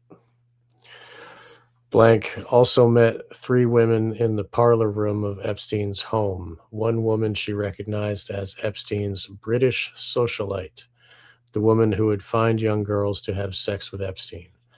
Epstein liked younger girls that were clean-shaven with small breasts. Blank also went to his St. Thomas Island, which he referred to as St. Jeffrey, Epstein and other powerful men, including Bill Clinton and Donald Trump, would have big orgy parties with her, other young girls, and older Victoria's Secret models. So the That was a Victoria's nice Freudian slip there, Sean. big Because gay it was orgies. Trump and Clinton together, right? Yeah, exactly. Yeah. I'm glad that was recorded. But okay, so like, and the Victoria's Secret models relate to Epstein's Wexner guy. Wexner owned Victoria's Secret. Mega group and that Yeah. whole massive, powerful crime family and crime network that's running off of that. Because Wexner Right. is really a capo of this, like Bronfman crime. I mean, really powerful crime syndicates. And I probably mentioned this. I live here in Columbus, and I know personally one guy who got hit. He got killed. I mean, maybe he didn't get killed by Wexner, but he spilled wine on Wexner's wife. He was a server. Another guy, his lawyer, got killed, thrown in a ditch, and et cetera. So I mean, I know a couple other incidents I won't mention. So they knock people off, and they whatever Wow. facade they pay on. You have like Wexner Medical Center. Of course, I'm trying to do some shows there. Wexner Center for the Arts. May have to redact this, but you have to have the hospital. Everything is Wexner, man. Everything, and they're immensely, immensely powerful. And the limited is just the tip of the iceberg. You don't know the limit and extent of these people's power, which is immense. Yeah, good point. Yeah, they're owning most of Ohio now. They're buying more of it. Okay, okay. So blank was offered to be paid off by a lawyer associated with the Epstein case. Blank is friends with blank, and the lawyer blank. That's when the lawyer offered to pay a couple grand to silence her. She is terrified that they might put out a hit on her, and they know where she lives. She had contact with Epstein from 2015 to 2019. Last contact was blank ago. She was also contacted by one of Epstein's clientels, blank before his arrest, asking her to meet up with Epstein. Blank can be contacted on her cellular telephone for questioning. Note, a LexisNexis query for blank revealed information, address, social security number. A LexisNexis query for blank, you know. So they Yeah, actually okay. did like follow up the LexisNexis to figure out who this person was, I guess. Right. But it is interesting. This is just something that shows that they didn't follow up on this. And there's big names in here, but Orrin and Allen or Tal or whatever were mentioned by name, or all three of them, I guess. Yeah. So, and raping a 14-year-old, that's statutory rape. That's an easy one to call, like an easy criminal act to call. Like that's a young But kid. there's not going to be any new prosecutions. All done with the Epstein files, guys. Case closed. Remember? Isn't that what they said? Sure did. Blanche, Yeah. who's now the acting attorney general. He's doing better work than Bondi. So Bondi did her work and they used her like toilet paper and got rid of her, man. Probably NDA on the way out. Isn't she going to be testifying? And aren't they going to do? I think they're asking her to say something in front of Congress. They should ask her about all these intake files. Did she see them in 302s? Like, that's part of what's on her desk. So she had to have seen crime after crime after crime after crime after crime, ad nauseum, ad infinitum, I should say. Actually, should we talk about the 302s first, or do you want to bring? well, I mean, what do you prefer? Well, we can go into the 302s. I just did all the intake stuff. Like we're only I'm at intake. We'll do 36 and I've got 302s next week. Okay. whatever we can do. I mean, I kind of just picked out the worst, but like these are all intake, and then the 302s will follow up on some of the stuff that's in here. Right. Okay. But there's no like prosecutorial evidence of any of these people being prosecuted, just like you said. Right. But here's the other thing: is like we just like one of the I think it was Diana said from the chat, Trump, pardon. They're asking for a pardon because they're part of the network. They were just mentioned in this intake thing with Trump. And then you can go to this one, like this is December 11th, 2024. Alon Alexander, Orrin Alexander, Alexander arrested earlier today. So they were arrested in December 11th, 2024, and then convicted in 2025. But like decades, they say, taken to custody as alleged. For approximately 2 decades, the Alexander brothers have sexually assaulted, trafficked, and forcibly raped dozens of women. After relying on their substantial wealth and connections to carry out and conceal their crimes for years, all 3 defendants now face charges carrying potential sentences of prison for 15 years to life. They haven't been sentenced yet. But 2 decades, right? That's what he said. 2 Wow, decades. okay. So that started in 2005. And these guys aren't Bill Clinton, so they can throw them away. You know what I mean? Like, Right. they can actually lock up these dudes. I mean, I don't know if you want to go over some of the stuff as repeated, but it's like you go through the scheme, how the scheme worked. Yeah, this is an It's like interesting. blink twice. Right. Yeah, I can read this. Okay. Okay. Good. So the Alexander brothers sex trafficking scheme. The charged offensive spanned more than a decade of sex trafficking activity by the Alexander brothers. However, evidence from the government's investigation goes well beyond the conduct charged and shows that for more than 20 years, the Alexander brothers have, together and alone, repeatedly and violently raped and sexually assaulted dozens of victims. To date, law enforcement agents have interviewed dozens of women who reported being forcibly raped or sexually assaulted by at least one of the Alexander brothers, often after being drugged. This criminal activity spanned many years both before and after Tal and Orrin Alexander rose to prominence in real estate. First at a well-known international brokerage based in New York, and then at their own firm. Evidence from the investigation, including multiple victims and witness accounts, shows that the Alexander brothers began engaging in acts of sexual violence, including gang rapes, while still in high school in Miami, Florida. So that's there you go. It started young. Yeah. And the footnote says Alan and Orrin Alexander turned 18 on July 2nd, 2005, while Tal turned 18 on July 5th, 2004, shortly after each graduated from high school. The government has also interviewed multiple women who report being raped by at least one of the Alexander brothers in high school in the early 2000s, including victims who were raped by gangs of boys, including the Alexander brothers. Several of these victims were given alcohol by one of the defendants or other individuals who participated in the sexual assaults.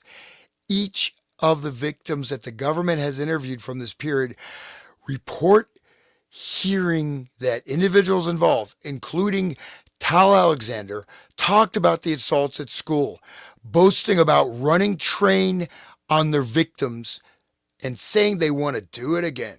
Footnote 4, as publicly reported, Orrin bragged about doing so in his high school yearbook, writing that Wow. riding my first choo-choo train was his most memorable moment from high school.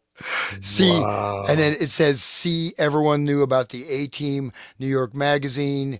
Running train is a term used to a group of males having sex with the same female, one after another. He's talking about gang rapes in his high school yearbook, and then they managed to rise to prominence in real estate.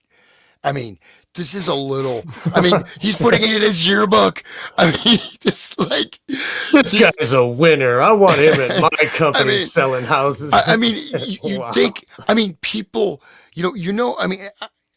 I don't know if it's so bad now, but I know guys who had their whole life ruined because some girl just said, "Oh, he inappropriately touched me," because they broke up or whatever. They weren't raped. They just decided to, I'm not obviously rape happens, but I'm saying that guys, just one woman says, "No, he even if he didn't, he kissed me, he did this," just vindictively, right? Whatever reason, destroyed the person's life. These guys are there just drugging and raping with impunity. That's pretty amazing, actually. Well, they still got impunity when Trump's in office, right? Maybe Trump will pardon them. Yeah. Uh, You can anyway, read the next page. You want to read? I'll let you read. yeah, sure. Where are we at here? Okay. What page are we on? Actually, what It's page is slide that? 39 in my PDF, 39 in the PDF. Okay. and at least on my PDF. Okay, it's page 3.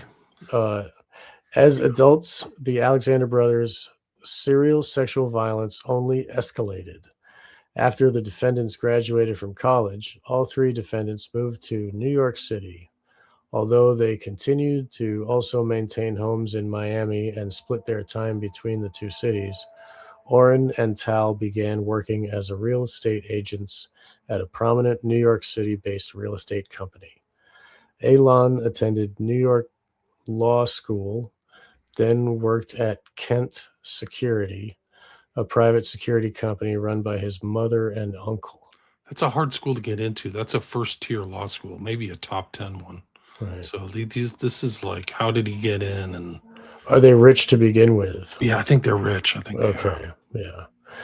During this period, and at all times relevant to the indictment, the Alexander brothers engaged in a persistent pattern of sex trafficking and sexual assault. It's not like they're going to turn over a new leaf. Like, what the hell? This conduct included both pre-planned trips and events for which the defendants recruited women to attend and then raped and sexually assaulted them, as well as the opportunistic rapes and sexual assaults of numerous victims who they encountered by chance. For the planned encounters, the Alexander brothers lured women to various locations with the promise of material benefits such as travel luxury accommodations, events or parties in various locations, including the Hamptons, Tulum, and Miami. In many cases, the Alexander brothers arranged travel for the women, purchasing flights or arranging other transportation to their vacation destinations. The Alexander brothers also promised and provided accommodations for the women at high-end hotels or luxury vacation rentals. At times, the Alexander brothers worked with party promoters to arrange to have women attend parties at their vacation properties. On many occasions, the Alexander brothers invited their friends and Orrin and Tal's real estate clients to also stay at these properties. Then, during these trips and events, the Alexander brothers, alone, together, and with others, drugged and forcibly raped or sexually assaulted their victims.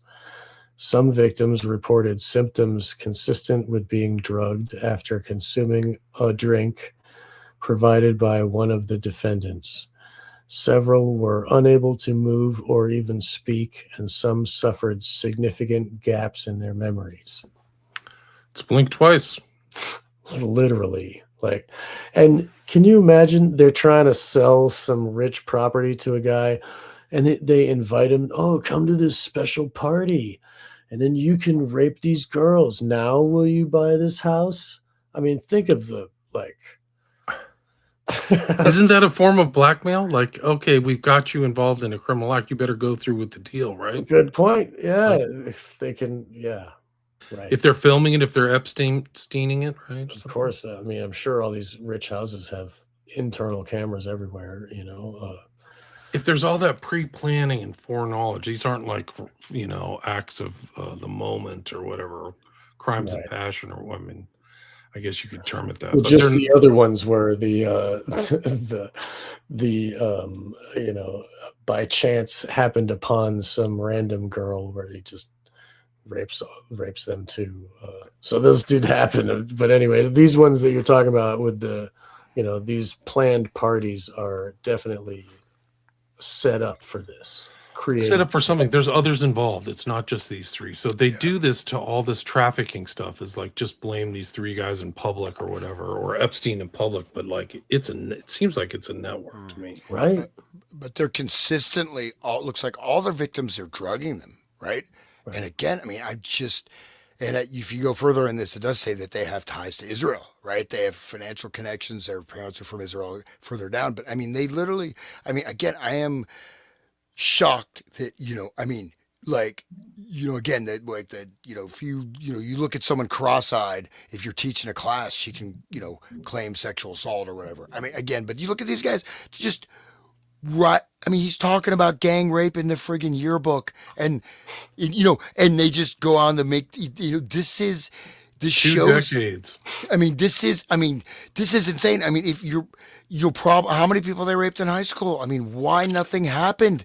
It was shut up from the beginning. This shows this endemic nature of this system, right? If certain people, whatever, you can do whatever the heck you want. You get the free pass.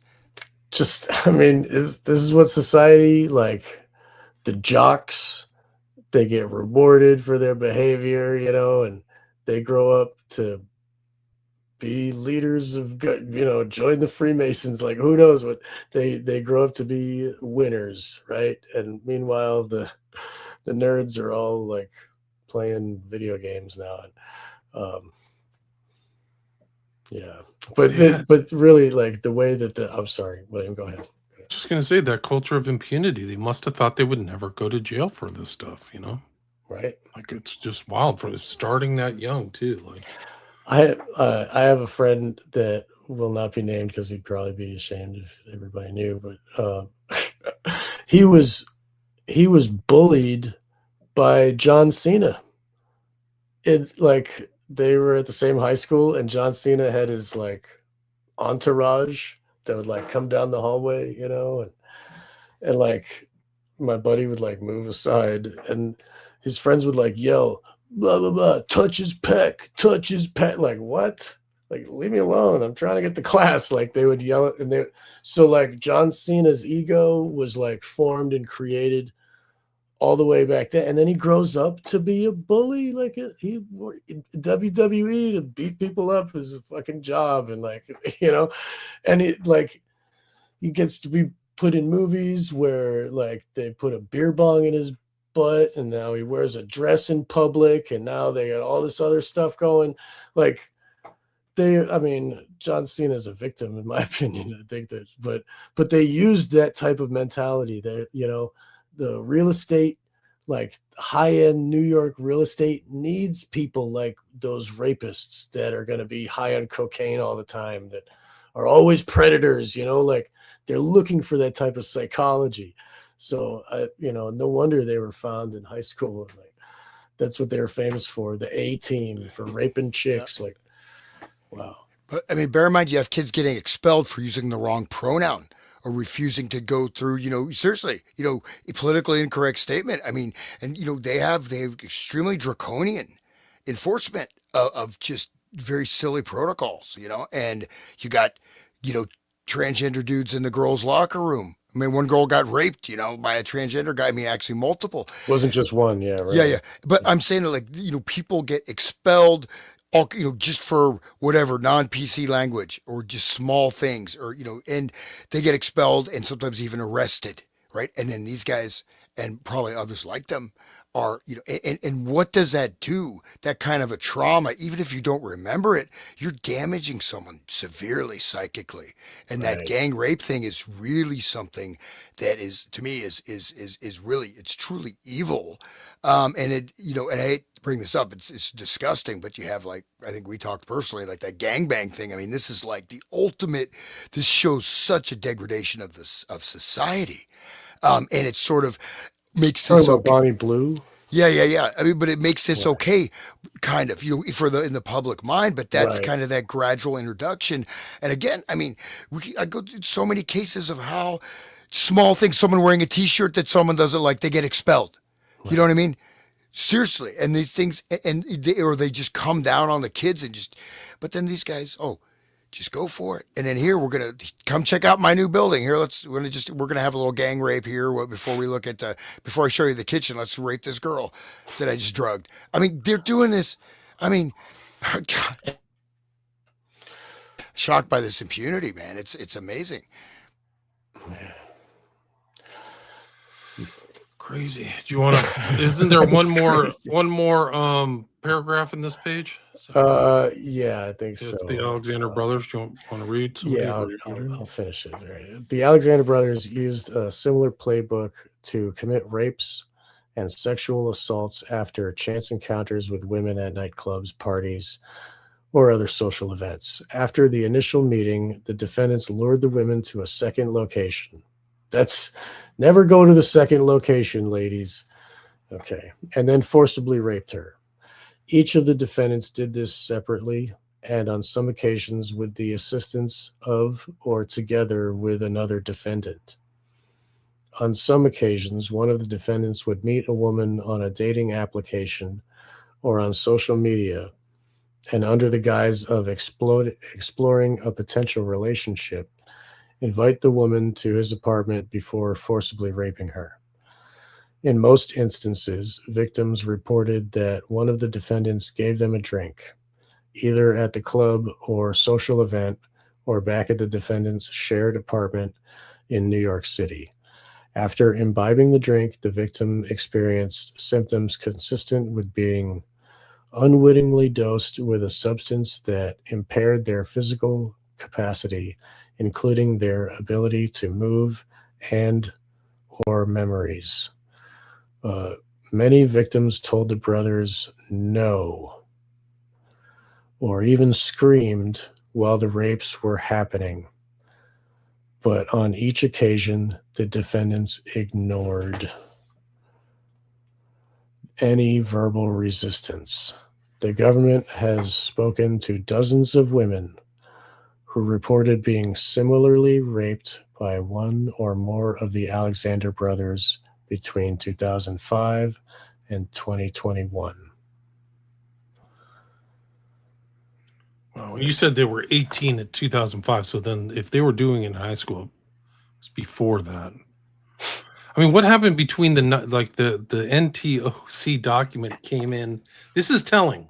The NTOC document came into the FBI, we know, in August of 2019, and this document shows us that the rapes went on to 2021. So there's at least 2 years that we know that the stuff continued between the time that the FBI got the information and the time that they were interviewing the victims, right? So, because the FBI didn't do their job, 2 years worth of victims got abused. Precisely. Okay. Just want that on the record, right? Yeah. No, I mean this is what they're telling. This is their documents. This is not me. Right? Do Yeah, right. you They guys say want to it tell themselves, these yeah. victim stories are interesting. I think they're informative. So women, and I mean even men, like if you're like a SFK victim, this is probably how it happens too. It's some kind of invite, or you want to come to a great party, or you want to do whatever. These apps on the phone, man, like that is a They're predator dangerous. playground. Yeah, You know what I mean? yeah. Yeah. Just like That's Roblox for the kids and like, Tinder for the or whatever they are these days, like, but they probably got a handful of different ones for, oh, this one is for if you like to be financially dominated, or this one is for like if you like paddles and wear leather, you know what I mean? Like there's and it's all like, and those, like fet club and whatever, like that life. fetish, yeah, these people like they go, it's like a lure to, you know what I mean, they're fishing for people that are perfect victims. Like a Miami club on a Saturday night, like I'm sure the place is crawling with wolves that all have GHB in their pocket. I think you're right.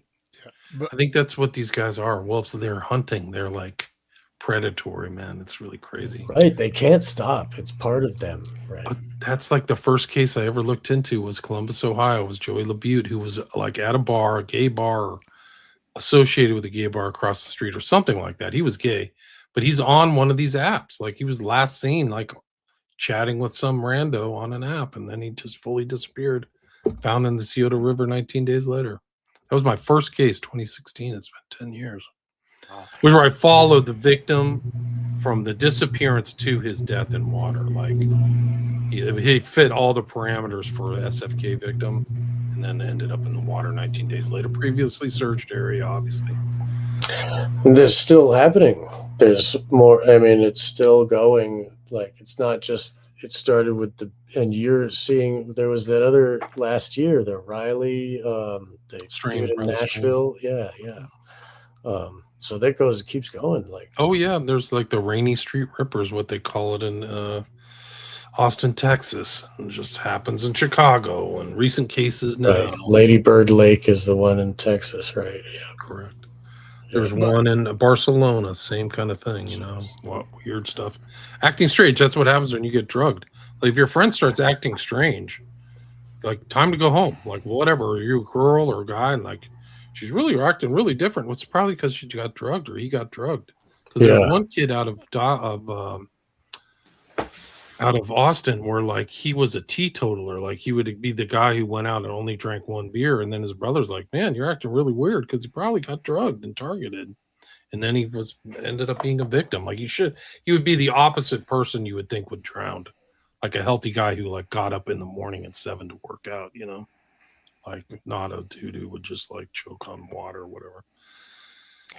I think we should read these stories. They're interesting. They're like it just shows their text and their you guys mentioned foreign ties, defendants' wealth and foreign ties. We can get to that. This is just a couple pages. Does anybody want to read these sex trafficking victims, or should I, or what? You can go ahead, but I just want to mention one thing too. You have FBI. How many police complaints have been there? How many complaints to school? How many? Probably hundreds of complaints from family, from this, that, from rumors, innuendos, guidance counselors, to all the police. It's not just the FBI, right? I guarantee this has been reported to the police at least probably dozens of times, or even on suspicion, right? So finally get to the FBI. It doesn't mean that it wasn't being, whatever presented to various other legal authorities. Would you agree with that? I mean, obviously the police completely ignored it. And it's not like, oh, those guys again. I mean, these are not real hard investigations to do. Just go and catch them probably any night of the week. You can find them drugging and raping someone. It looks like, I mean, it's pretty much what they do, I mean, I bet there's dozens more than even they talk to of this case, just like Epstein, just like these other things, maybe even Cosby, or, people who've been, Cosby was active for like 40 years. So, yeah, I think that you're right. I think if you're multi-jurisdiction, and same thing with Epstein, like they didn't know. I remember when the Epstein story kind of broke in 2018, they were just talking about Miami, like, oh, this guy has a place in Miami. They didn't understand that. Like they almost didn't even reach into Zorro that much. But now you realize this guy was a walking criminal enterprise, man. He was committing crimes on a plane, in New York, in Miami, in New Mexico, at Little St. James. Like he was just like that. So these guys might have figured out the multi-jurisdictional kind of trick to stymie police investigations. All right, sex trafficking victim 1, count 2. In or around the summer of 2011, a friend invited victim 1 to travel to the Hamptons to stay with her friends. Victim 1 accepted the invitation. She was living in Manhattan at the time and traveled by Long Island Railroad from Penn Station to the Hamptons. That's like out in Long Island, right? Eastern Long Island. Tal Alexander and another man were waiting for victim 1 and her friend at the train station and drove the women to their vacation house. Victim 1 had never met Tal Alexander before. After arriving at the house, victim 1 was given a glass of wine and drank about half of it before she began to feel unwell in a way inconsistent with drinking that amount. Victim 1's memory thereafter became hazy, but she had several distinct memories of the night. Specifically, victim 1 remembers being held down by Tal while another man entered the room. Victim 1 also remembers being in a second location with Tal and the other man, and that a camcorder was set up. Victim 1's next memory is of waking up in the grass outside the vacation house with a physical sensation indicating recent vaginal penetration. Sex trafficking victim 2, count 3. In or around August 2016, victim 2 and her friend, individual 1, matched with Elon and Oren Alexander on a dating app. Victim 2 primarily communicated with Oren, while individual 1 primarily communicated with Elon. Elon and Oren invited victim 2 and individual 1, who were located in Illinois, to travel to stay with him in the Hamptons over Labor Day weekend and offered to pay for flights for victim 2 and individual 1. Individual 1 and victim 2 agreed to go, and on September 1st, 2016, the Alexander brothers purchased early morning flights for the women to fly to New York on the following day. Messages located in Orrin's iCloud account reflect the Alexander brothers exchanging messages about purchasing flights for victim 2, and victim individual 1. Around the time the Alexander brothers were booking the tickets on September 1st, 2016, Elon, are we booking flights? First 3 on left. Elon, we split and tried to orgy them then out. Tal, for sure. Tal, last weekend. Tal, throw it up. Elon, I agree. Orrin, all 4, why not? A few days prior, Tal exchanged messages with 2 party promoters on a group chat entitled Hampton's Hot Chicks, arranging for hot women to stay at the Alexander brothers Hamptons house that same weekend. At the end of the exchange, one of the promoters said, quote, I want photos of the girls naked, unquote. Tal responded, quote, LOL, guys, we're going to have a lot of fun, unquote. After victim 2 and individual 1 arrived in New York, the Alexander brothers transported the women to their Hamptons house by car and provided them with beds in a space shared with other women. The following day, the Alexander brothers hosted a party. During the party, Orrin gave victim 2 a cocktail, and shortly thereafter, victim 2 began feeling strange and struggled to walk. Elon assisted victim 2 inside the house and took her to a bedroom to lie down. Sometime later, victim 2 woke up when Orrin entered the room. Orrin put on a condom, pulled down victim 2's bathing suit, and climbed on top of her. Victim 2 was physically impaired and could not move. She also struggled to speak. Orrin raped victim 2 and left the room, leaving her lying on the bed. When victim 2 woke up the next morning, she was still lying on the bed, and her bathing suit was pulled down around her legs. Victim 2 disclosed the rape to individual 1, and they left the Alexander brothers' house that same day. Other evidence of sex trafficking and transportation for illegal sexual activity. The evidence in this case also establishes that the defendants planned and paid for trips involving the interstate and international transportation of women on multiple other occasions. This evidence includes electronic communications, including from the defendants' own accounts. In one example from October 2016, just weeks after the Alexander brothers sex trafficked and raped victim 2, they, along with a number of other individuals, arranged to transport multiple women to Tulum. In a group WhatsApp chat entitled Lions in Tulum, the Alexander brothers and other men attending the trip discussed imports of women to Tulum for the upcoming trip and discussed, among other things, splitting the cost of lodging and flights for the women that they plan to import and providing drugs to the women that would make them more likely to engage in sex, including coke, shrooms, and G. Based on the investigation, the government understands G to be a reference to GHB, which is defined in 21 USC 841 as a date rape drug. Below are select messages from that chat. October 3rd, 2016, Mail 1. Going to start collecting for the pot to fly bitches down. Elon. There should be a fee per bang and after bang. Mail 1. Starting to collect Venmo for girls' flights. Orrin. Oh yeah. What's the lineup? Need to pick winners. Orrin. Can't be sponsor girls like ISIS.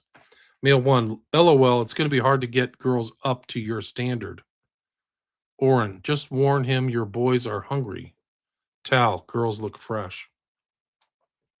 October 4th, 2016. Elon. I think we should all bring chicks and not rely only on promoters since we never met the girls. We need fun girls with good attitude. I'm sure we all met many recently this summer. Mail 2. I know you know some winners. Elon. Hail Mary Pass should be overload. Elon. I say yes, chip in and bring others. Mail 1. I don't want anyone being upset if they don't run a 10-man train. Elon. I'm trying to cover all bases. Mail 1. I just need to handle drugs. Tal. Yes.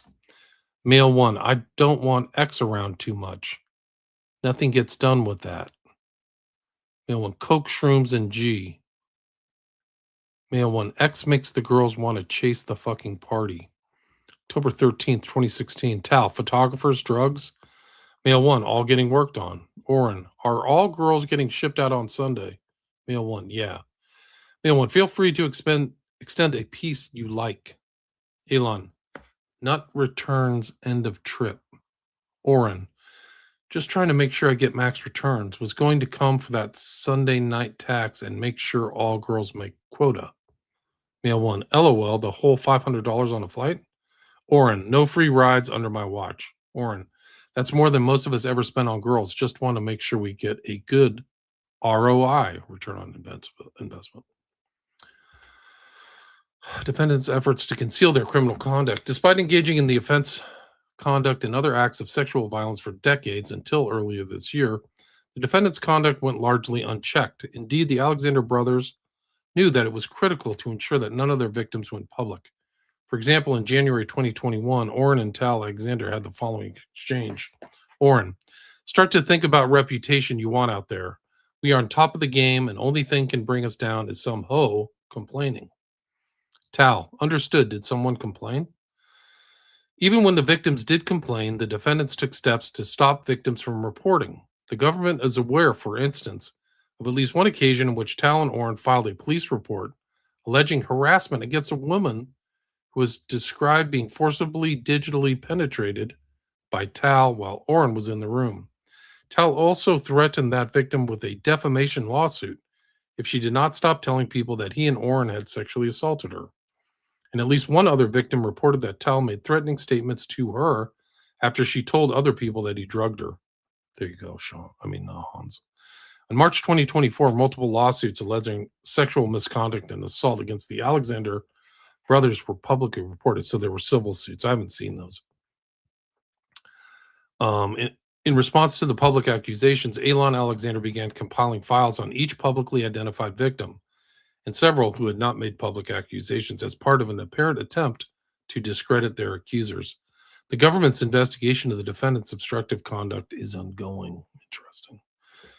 B, the defendant's wealth and foreign ties. The defendants each have access to significant financial resources. Oren and Tal Alexander are real estate agents who focus on ultra-luxury markets in Miami and New York City.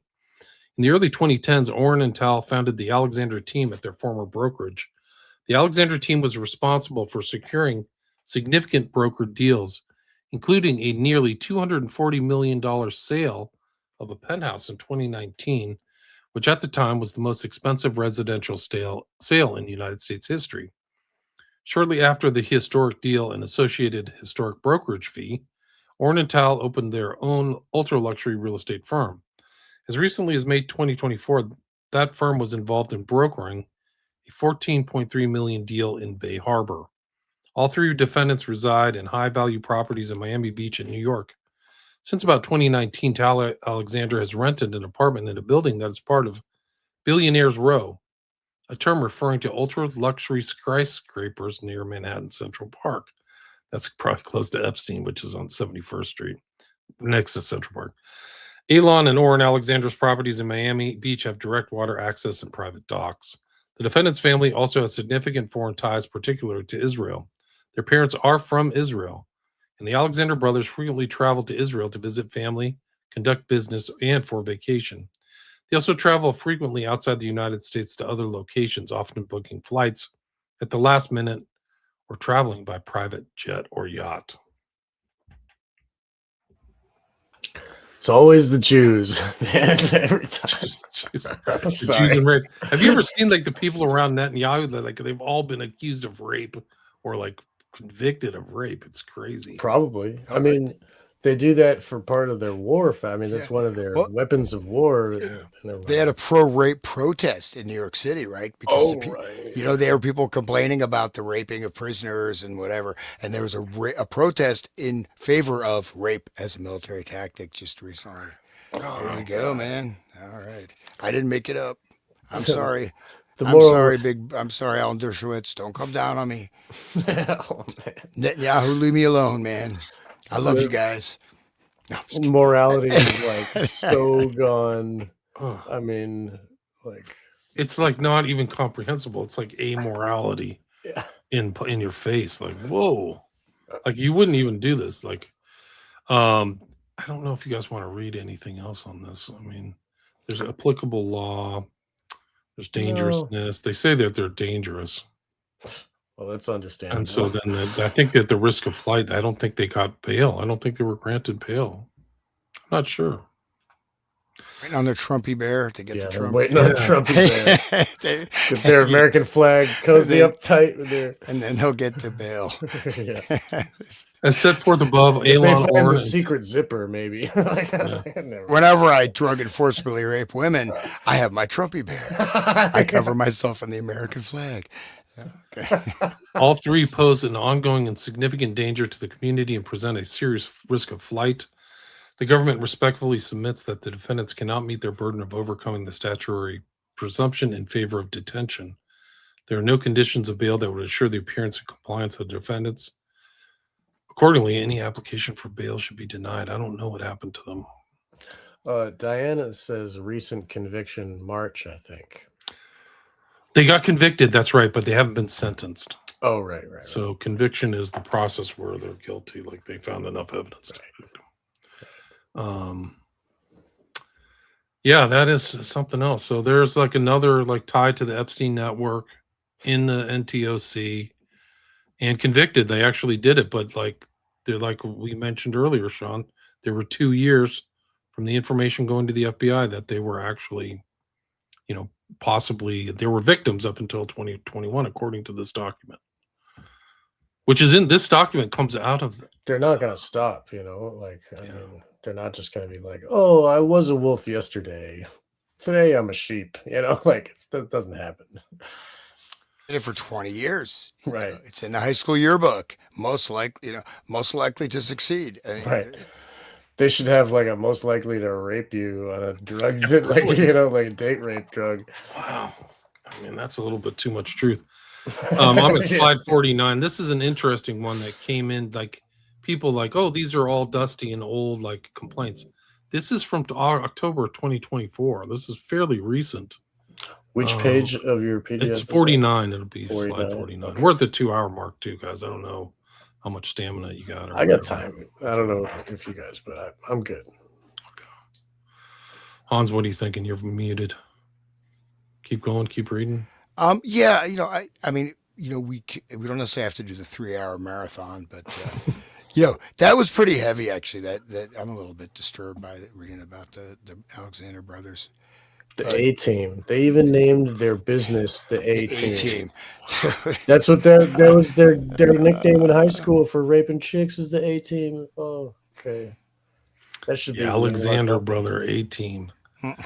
But I mean, it seems like, I think we talked about this, but it seems like it was part of a larger network. There's others involved. Right.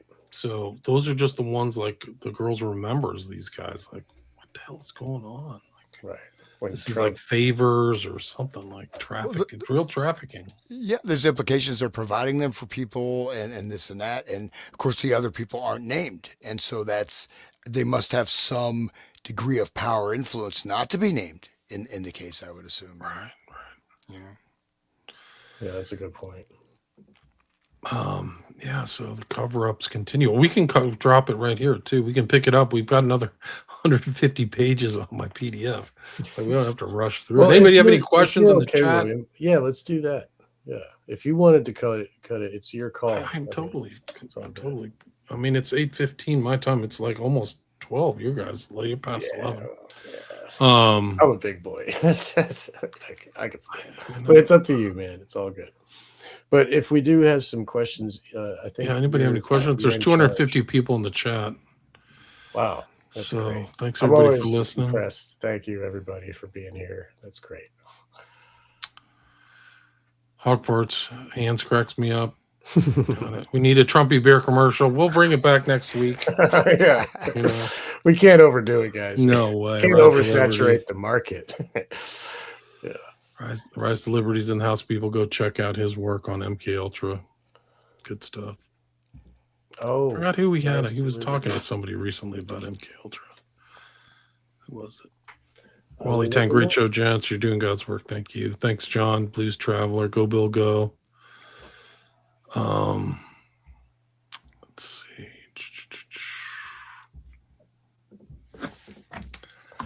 good to see the familiar faces in the chat. It's nice. We're getting a lot of repeat like people who are interested in this, Right. which is cool. You know, they're like Yes. following us, guys. We have started this before Charlie Kirk got shot.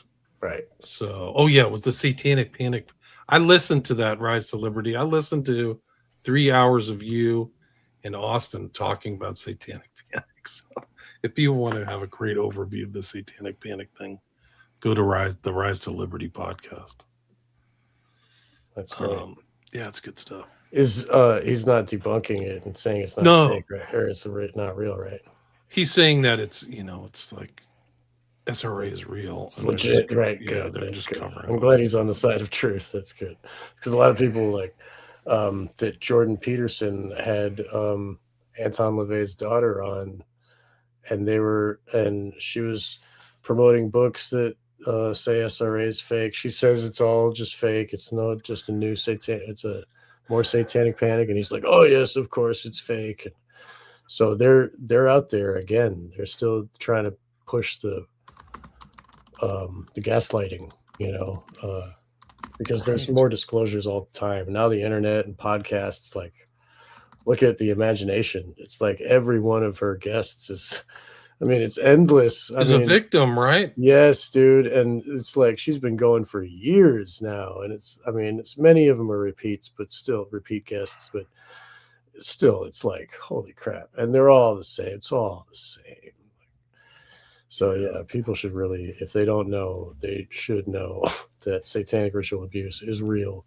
And it's a government operation. And it's mind control. It's Grok the Clown. It's the same shit we were talking about Manchurian Candidate way back when, it is that it's the hardcore mind control, and it takes the sexual abuse and the running train, like, when that's what they did to people that I know that have told me their stories, and it just happened to be guys in military uniforms, but they were like young dudes, and there was a video camera set up, and she was made to be held down, and this happened one after another, all on camera.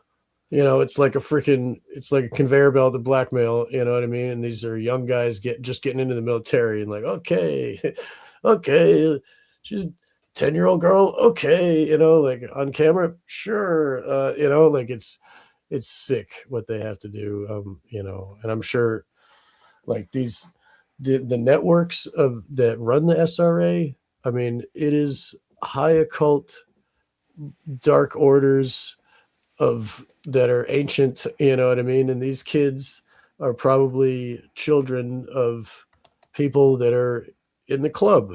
And that's why nothing happened in high school. That's why nothing happened for 20 years after high school, because, I'll just get my daddy to take care of it, or whatever. You know what I mean?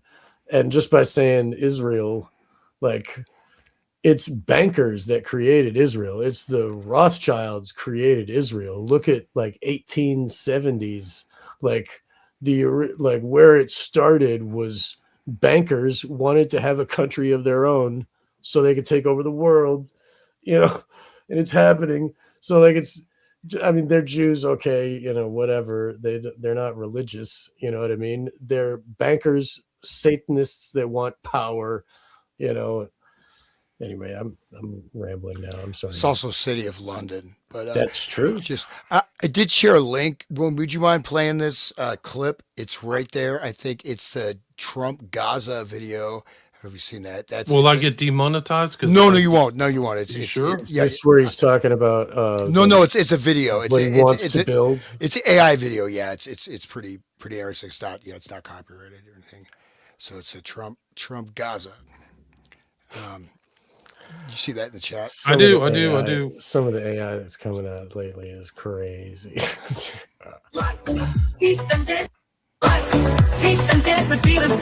You could maybe mute that. We don't need that. Okay. You got the Trump song though. Trump Gaza. Trump Gaza. You gotta hear the Trump. Oh yeah, kids in rubble, chasing children. Oh yeah, you can have a beach resort. We can give the kids Come through the tunnel. Look at that. Yeah, let them eat cake. Yeah, right. The tunnel. Transgender dancers. Transgender gay dancing. That's so Elon we killed Musk. Elon's Can you favorite. imagine killing the kids for that? Like murdering half a million Jesus. people? It's to put like bearded. Wow. Oh, they do have beards. I thought you were making a joke. Holy Yeah, shit, no. I didn't notice the But first the song time. Trump Gaza, it's the best. Trump Gaza beats the rest. Oh, We'll man. have to, you guys have to Is listen to this that. a trolling? No, he made this. He released this himself. Wow, dude. This is awesome, man. Oh my god. Yep. The kids And are just gonna money. get money raining. Yeah, It's see, that's paper. what it's all about. It's only about money, guys. It's all Well, materialism. it just shows the amount of inflation. It's going to get so high that you can Right. actually drop dollars on children in other countries, and it doesn't matter because dollars are Yeah. worthless now. It's confetti. Right? Exactly. They don't even put it in their pockets. They're just Right. playing around. Yeah. Trump Gaza. Oh my god, this is horrible. This is a dystopia. It's so freaking. But he disturbing. released this. He put this out. It's like the future of Look, the the golden Trump statue. We were talking about the golden Trump statue. Look at this store. Go back to that. You got the golden Trump store, statue, yeah. and this the Trump Gaza store and all the golden Trump icons. Dude, there was a picture of him the other day. I've seen people with dementia. He looked really bad. Like his eyes are whacked where it's like the brain isn't computing when he was with Xi in I'll bet China. you- And I was just like, whoa, he's not all there. You know, I'll bet you that they like pulled the cord with Joe, and like, you know, he was normal until they gave him this dose of this thing that all of a sudden now he's demented. And I think they can do the same thing to Trump now that they're done with him. Yeah. You know, I think that they have it's a tool in their arsenal. I don't think it's just dependent on the brain that's happening to. I think there's, you know, they got a mixture just like Cosby and the A Team and all the other guys that put it in his drink. Genesis, yeah, like a dementia genesis. I bet Right? So that's enough for Trump Gaza, but but I want the gold statue in the town square and the golden Trump store. That's awesome. Bring your dollars to Gaza. You can't sell those because it's all copyrighted. You can't. He would sue you. Like I think he has like 400 live suits, or his family have like suits against so many people just for talking about him. I think we should wrap it up, guys. Why don't you guys mention your shows too? Where can people find Wake the Dead Resonant State? I'll say, yeah, please check out the Resonant State. I'm trying to build the show up. I was with Sean and I saw how many views he had. I said I have the most views in the world. I'm trying to break the 3 figures. No, please support my podcast. I got a lot more material. I need the motivation. But Resonant State, I'm on YouTube, Spotify, BitChute, Odyssey, and there's one Rumble. So yeah, check it out. I am posting new material and trying to be with these superheroes here. You should post some of the old material of the stuff that you used to do because you have recently acquired it. I've heard. I'm like, yeah. So I think that you should post some stuff because it is yours too. It's your voice, and you know, who cares if he's got a paywall. Anyway, yeah. Sorry. Yeah. So but no, it's great to be here. So and just trying to keep the information and the connections because it's really we are at a crucial point. That's what I've been stressing. We really need to see. There's a couple different directions, but there's a big push for this full on. What do you want to call it? New World Order, dystopian. The Iran war is an opening for that, and there's a lot of other aspects that are coming. So just be conscious of that. And so, and I think we can navigate and change the direction because you want these clowns, running the world. I mean, come on. I don't. No, we can just trust the aliens and AI to do it for us. Yeah, it's even scarier, man. That's it's what's like coming. these clowns running the AI is like a doubly, scary concept. Especially since they're eugenicists or dysgenicists, like they, Malthusian crazy people that just want to kill. You know what I mean? Like, and they want. I'll find the clip. The guy, I literally asked Teal, like, "Do you want humanity to survive?" And he just couldn't answer. Like, you would think that that's an exact answer. Like, yes, I would do one. He couldn't answer. He was like, and the interviewer shocked, couldn't even Shows believe it. his own psychosis. Like it shows he's self-loathing and like his own problems. Like that dude's crazy. Neck deep Obviously. with Epstein.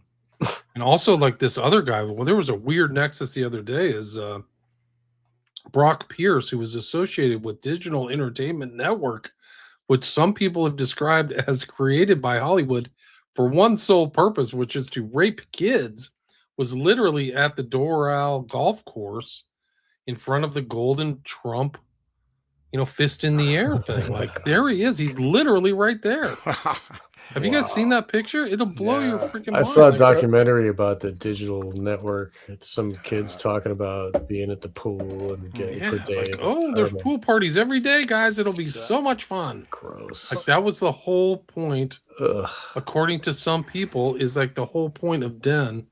Like, there was no show that was ever produced because that wasn't the point. Just think about it, Den, like a place where, like a dark place where, like people go to. Oh man. Well, you got Here it is. Bill Gates, right? The interview, he's like, "Yeah, if our vaccine campaign is successful, we can reduce the population of Africa by about 20 to 30%." And he says this in a live video. That was great. And it turns out the vaccine had chemicals that made women infertile. Right. And so, but these, the eugenics thing is absolutely serious, and it's been talked about.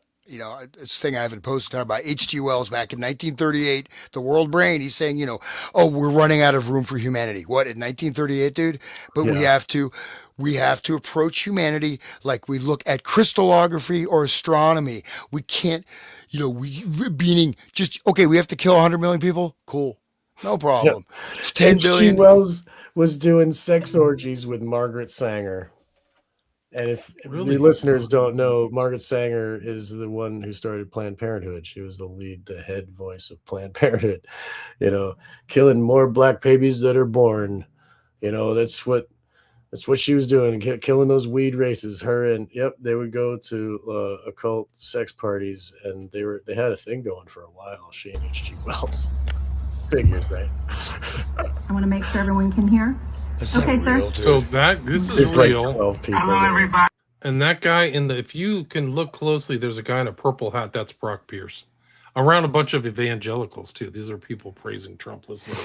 I want to thank you so much for being there today, and more importantly for what you did. The statue is beautiful. I saw it during the weekend. We had a big PGA tournament with a great champion, and all great champions actually, but it was a great tournament, and I got to. But that's him. There's a guy with like a blue and white shirt, and Brock Pierce is standing right in front of him. I think he's wearing a pimp hat. Yeah, he's wearing a pimp hat. Wearing a pimp hat. It's funny that Trump won't even show up to this because he probably doesn't want to be seen with him. Like, is Brock Pierce there? No. Can't. Sorry. Statue is huge, man. It looks like it's like 15 feet tall or something. Looks like it's made of butter or something. Like it's gonna melt. According to Epstein, Brock Pierce said, according to Epstein, Brock Pierce was the one who taught Epstein everything he knew about cryptocurrency. There he is right there. Wow. And it's funny, like in statues, they like what they do with their hands or with their feet or whatever has certain meanings and stuff. Like somebody who had occult wisdom would have like a book or scrolls in their left hand or some shit. Look at what is he doing? He's playing pocket pool. The guy is with his hand in his pocket. He's like fishing around. Like this, it's pretty funny. It's silly. Jenny says, support Trump not too long ago, despite Trump having multiple connections with Trump. I think Trump has connections with Trump. I really do. You're absolutely right. Is he making an above, so below, like hand gesture? Yeah, maybe that's. Maybe that's it. Maybe so below is hidden in his pocket, playing pocket pool. What's the god demon with the goat head? Baphomet? Baphomet. Yeah, but really what that is that's an inversion of Pan. Like Pan is a man on the top and like a man head on a goat lower half, and this is like an Eliphas Levi. Eliphas Levi took it and swapped it. basically put the goat on top and the human on bottom. Like that's how. Yeah, and the Knights Templar had Wow. a different Baphomet. They had like some skull or whatever too. So they believe like Oh yeah, yeah. It was a what do you Teraf. It's a skull that where with magic ritual is animated and it can speak. Like that's where Bob John the Baptist's head was taken for a Teraf, and his head was on a plate so that the magician can animate the lips and make it speak. It can tell the future. It can tell all kinds of things. And like I've learned about this from Tracy Twyman. Actually, she talked about how like magicians would use baby heads a lot and would like nail them to a board and put them on the wall and like put like occult symbols all over the thing. And so like for the Knights Templar, their Baphomet was a severed head. And then if you think about it was a severed head that would talk. It was their And founder, I believe, like the original. I forget the okay, guy. Yeah, that's the head that they used. yeah, Okay. But if you think about the Bonesmen in the 322, they got Geronimo's head. And like for a Teraf, if you can get the head of a shaman or a seer or like a highborn, then that's more valuable. So like they stole Geronimo's head. Why would they steal Geronimo's head? It's for the Teraf. So like this is high occult magic. People should look into it. It's very interesting. Wow. This is an email between Brock Pierce and Epstein. I'm sorry. I just saw a note from Diana. She says, well, look where Tracy Twyman is now. Yeah, that's because she went to the FBI. I don't know if her husband is scrubbing everything on the internet, but I'm just talking about her. Okay. Like this is something that I know. She discovered sex trafficking of children on YouTube. And she brought it to the FBI because she thought that they would want to know and do some justice. Yeah. She was fooled into thinking that her government would help her. And then she was like gang stalked and she ended up hanging in her own garage. And she would never do that. She had a kid. She would never do that. So, and her husband is scared, is like taking everything that she ever did off the internet and like suing anybody. Like, I think there's some real shit going there. And I don't think that she did that to herself. So she went to the FBI, and that's why. If she went to other places, she might have survived. I think that's what happened. So I just need to say that. Sorry, guys. I love Tracy Twyman. There are things in these files where they're talking about the FBI being compromised. And when they arrested Epstein, they did it in a secretive subset of the FBI where only like 5 or 10 people knew what the hell was going on because they didn't want to announce it to all the FBI because they thought it was compromised. Like it's literally a true thing. That's like one of the elements of the Epstein things. It wasn't leaked because they were afraid it could leak. Like that was their own internal concern. That makes sense. Right. I actually have something in here from these docs where like there's like one of these attorneys like don't send your stuff to the FBI because you'll never see it again. They don't trust the FBI at all. Like literally one Would of the you after what we read with Grok the Clown? Like, no, yeah, dude. no. So Get if an attorney. If you get in the FBI and they're talking, you just go, I want to exercise my Fifth Amendment rights, and I want an attorney right now. Because that was what the other thing that I remember about the 302s and Trump and all that stuff was the general. I can't remember his name, but like they came to him casually and just we want to have a casual conversation. So his guard was down, but then they used that conversation against him. It was General Mike Flynn. If I never my talk memory to serves me cops, correct. man. Never.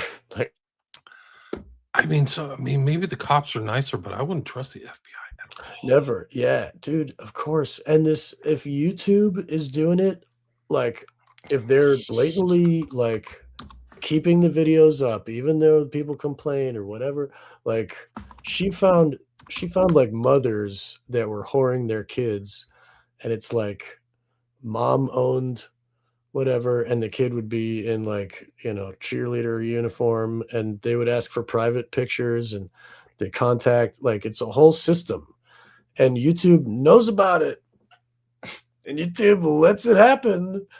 So This is you know, this is from the Epstein files. You can see the EFTA number. Sigrid Macaulay was Virginia Giuffre's attorney, and she's sending. I don't know why they redacted this, but he says she writes. No, it's somebody to Sigrid. You should know that just before Peter got in touch with you guys, I contacted the FBI in the U.S. too. After I informed the U.S. FBI read Jeffrey, I was told to go to the FBI unit at the U.S. Embassy and take all my evidence along with me. I told them everything, was supposed to go the day after I spoke with you guys, but was told not to because they would take all my evidence and I'd never see it again. Yep. And we talked to earlier shows about, the criminal, forensic, criminology, and they come out and track down the serial killers. They come out to cover stuff up. You know what I mean? The FBI comes in, investigation is shut down. And, and they promote like, oh, these guys are the genius masterminds of investigation. No, they're like, they're pinning murders on certain people. John Douglas, all these guys. Just, dude, John Douglas was involved in the West Memphis 3 and the John Bonet thing. When I found out that he was involved with John Bonet, I just felt like my heart sank. Like, wow, this is so freaking dark. Because he's promoted as like this great mind hunter and all the stuff. Like Landing's the same way, like Satanic Panic and all this. And then you realize like his work on the West Memphis 3 is terrible. It's just total atrocity.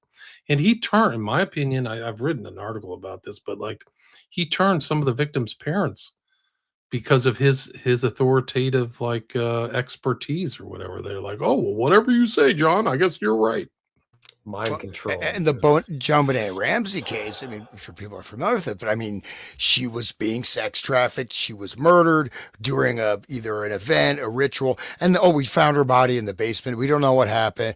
It's the worst story ever. You cannot make a worse excuse. I mean, if you tried to come up with the worst thing, you could. I mean, it's unbelievable, right? And then the note, and then like, yeah. And the people touching her body, like before the forensics, like, it's super dark, man. And the dad who was like building the airport for freaking the island, North Michigan or whatever. Like, the dad of Jean Bonnet? No, the dad. Yeah. So Jean Bonnet's dad's dad was involved in building that airport and had the thing close to Charlevoix, right? That's where they went after Jean Bonnet died, which is in very North Michigan. And then there's that infamous island off the coast where it was brought up in the Detroit like sex trafficking, where they've trafficked kids there. And John Ramsey's dad built the airport at that island. Wow.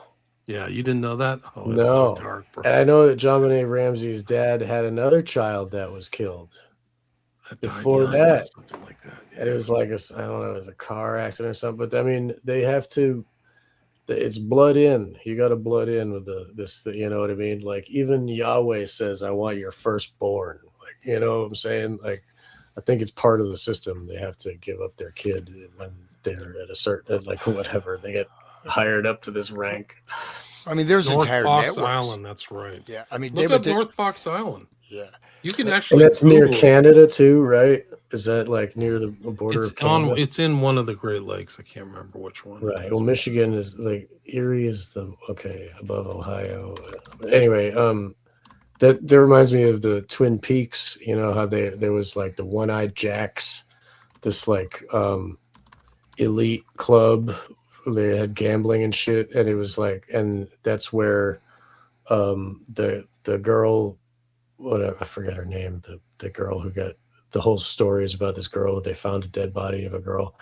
She was sex trafficked at this place, which was just by the border of Canada, which serviced like politicians and like all these like whatever. Like David Lynch talked about that in Twin Peaks. I mean, I guess it was Washington State next to Canada for that, but sounds real similar to this island here because it was an island in the movie or in the North Fox Island is basically close to Green Bay at the top of Lake Michigan. So it would be, I don't know, right at the tip of the mitten where the thumb is. Right. Laura Palmer. Yep. Thank you, chat. Yep. Thank you, Lizzie. Yep. Laura Palmer was the victim, and she was a teenage girl in high school who was being trafficked. And there was like this entity demon that would take over people, including her father, who would abuse her. And it's the entity is like the representation of the evil that is the SRA and the whole occult fucking, excuse my language, sorry. Sorry. Anyway, I'll stop. But yeah, but like this is people, intelligent artists have been talking about this stuff for years. Like, this is a recent article, February 20th, 2026. I've never seen this. Before Epstein's Island, power and privilege shielded abuse on Michigan's North Fox Island. Michigan's analog age trafficking network mirrored the power structures later tied to Jeff Epstein. Interlochen was in Michigan too. And they have all this stuff. Like I did a show on this. It was tied to a lot of deaths in Detroit at the time. And there's a picture of where the island is. So it's that circle if you see it there. I see, yeah. This was a big network, man. Yeah, huge network. Child exploitation network. I wish I could open. Oh, there it is. Somebody drew this elaborate diagram. Can't be Does it let you open? Does it let you open? Oh, is that the it's guy that connected makes to the Oakland County child killer case? I've interviewed a woman about that. It's connected. The island is connected to that case. Anyway. All right. Make sure there are links after on the road. Yeah, I'll put the links in there. I usually put them in the show notes, guys. Yeah, Hans got to say his. I'll say mine before we're done. Wake the Dead. Oh, go ahead, Hans. You were going to say something? No, I already said something, but yeah. Sean's show is Wake the Dead. Right, my show is The Resonant State. William's show is William Ramsey Investigates. No, I already said something. So go okay. ahead. Yeah. People, I recently got a PO box, and if anybody would like to send me stuff, like, I don't know, whatever you choose. Donations are very much appreciated, but whatever you choose, that's legal, I guess, or cannabis is legal here, so GBH. yeah, maybe not, but if it's a strange drug liquid, I might not take it. But anyway, please send me something. If you're gonna send a donation, please make it out to Sean McCann so I can cash the thing. But send anything to Wake the Dead, PO Box 93 at Oberlin, Ohio 44074. And also you can find my stuff, Wake the Dead, on all the videos and YouTube and Rumble and BitChute and Odyssey and Spotify, and you can find all the audio on like the Google and all that stuff. Wake the Dead is my thing. And you can find everything at onegreatworknetwork.com/Sean-McCann. That's where I post everything. And thank you, William, for joining us. Please tell us where we can find you and your recent works. Yeah, it's William Ramsey Investigates is my podcast. And then I have a website if you're interested in books. I just got a new shipment of books. Awesome. And all my stuff is on Patreon ad-free. So you can join my Patreon. I usually get back. It's kind of a legacy spot, but I usually get back to people on there. And if you sign up, you get like every $20, you get a free book. So you actually have something tangible. Awesome. And you have ad-free stuff. So this will show up there. You can avoid all the YouTube ads and things like that for $5 a month. It's not very expensive. Yeah, I also have an ad-free archive on my Patreon. I'm posting a lot of stuff. I have a lot of also rare book archives and various other things, including exclusive content. So please support the arts and support the expansion of the mind war as we take the reins of mimetic warfare and turn it back on the masters. We can make their golden statues into whatever. The melted butter. It down into coin for the population. How about that? I want to look like Mr. T. We're helping to ungrok all the clowns out there. So. Yeah. Please You can build yeah. bones back better, and you can actually be a fully autonomous individual again, and get away from the hypno program TV and the slop media and people who don't have your best interest and want you to be a stressed out, anxious, filled, uninformed, malinformed person. So I think that's that would be the work that ties all three of us together, in my opinion. So thanks for having me again, guys. Till next time. Thanks for all the great comments and everything to the stream. 263 live listeners. If you love the show, please share it. I know times are tough, things are expensive, but just a click and sharing some of these episodes, if you find them edifying, worthwhile, please share them. And go to these places to give 5-star reviews. It helps with any algorithm or anything like that. Also, you can go to any one of our YouTube channels and get notifications, so you'll see these things coming up. Like, I'm trying to get more on the ball and set up the streams farther in advance so people know, instead of just putting them up the same day. So you'll kind of see more streaming as my YouTube channel's still there. Like, they haven't taken it down yet. Or channels, I should say. But thanks, everybody, and thanks for having me back, Sean and Hans. Appreciate it. You're welcome. It's our pleasure. Definitely our pleasure. That's great.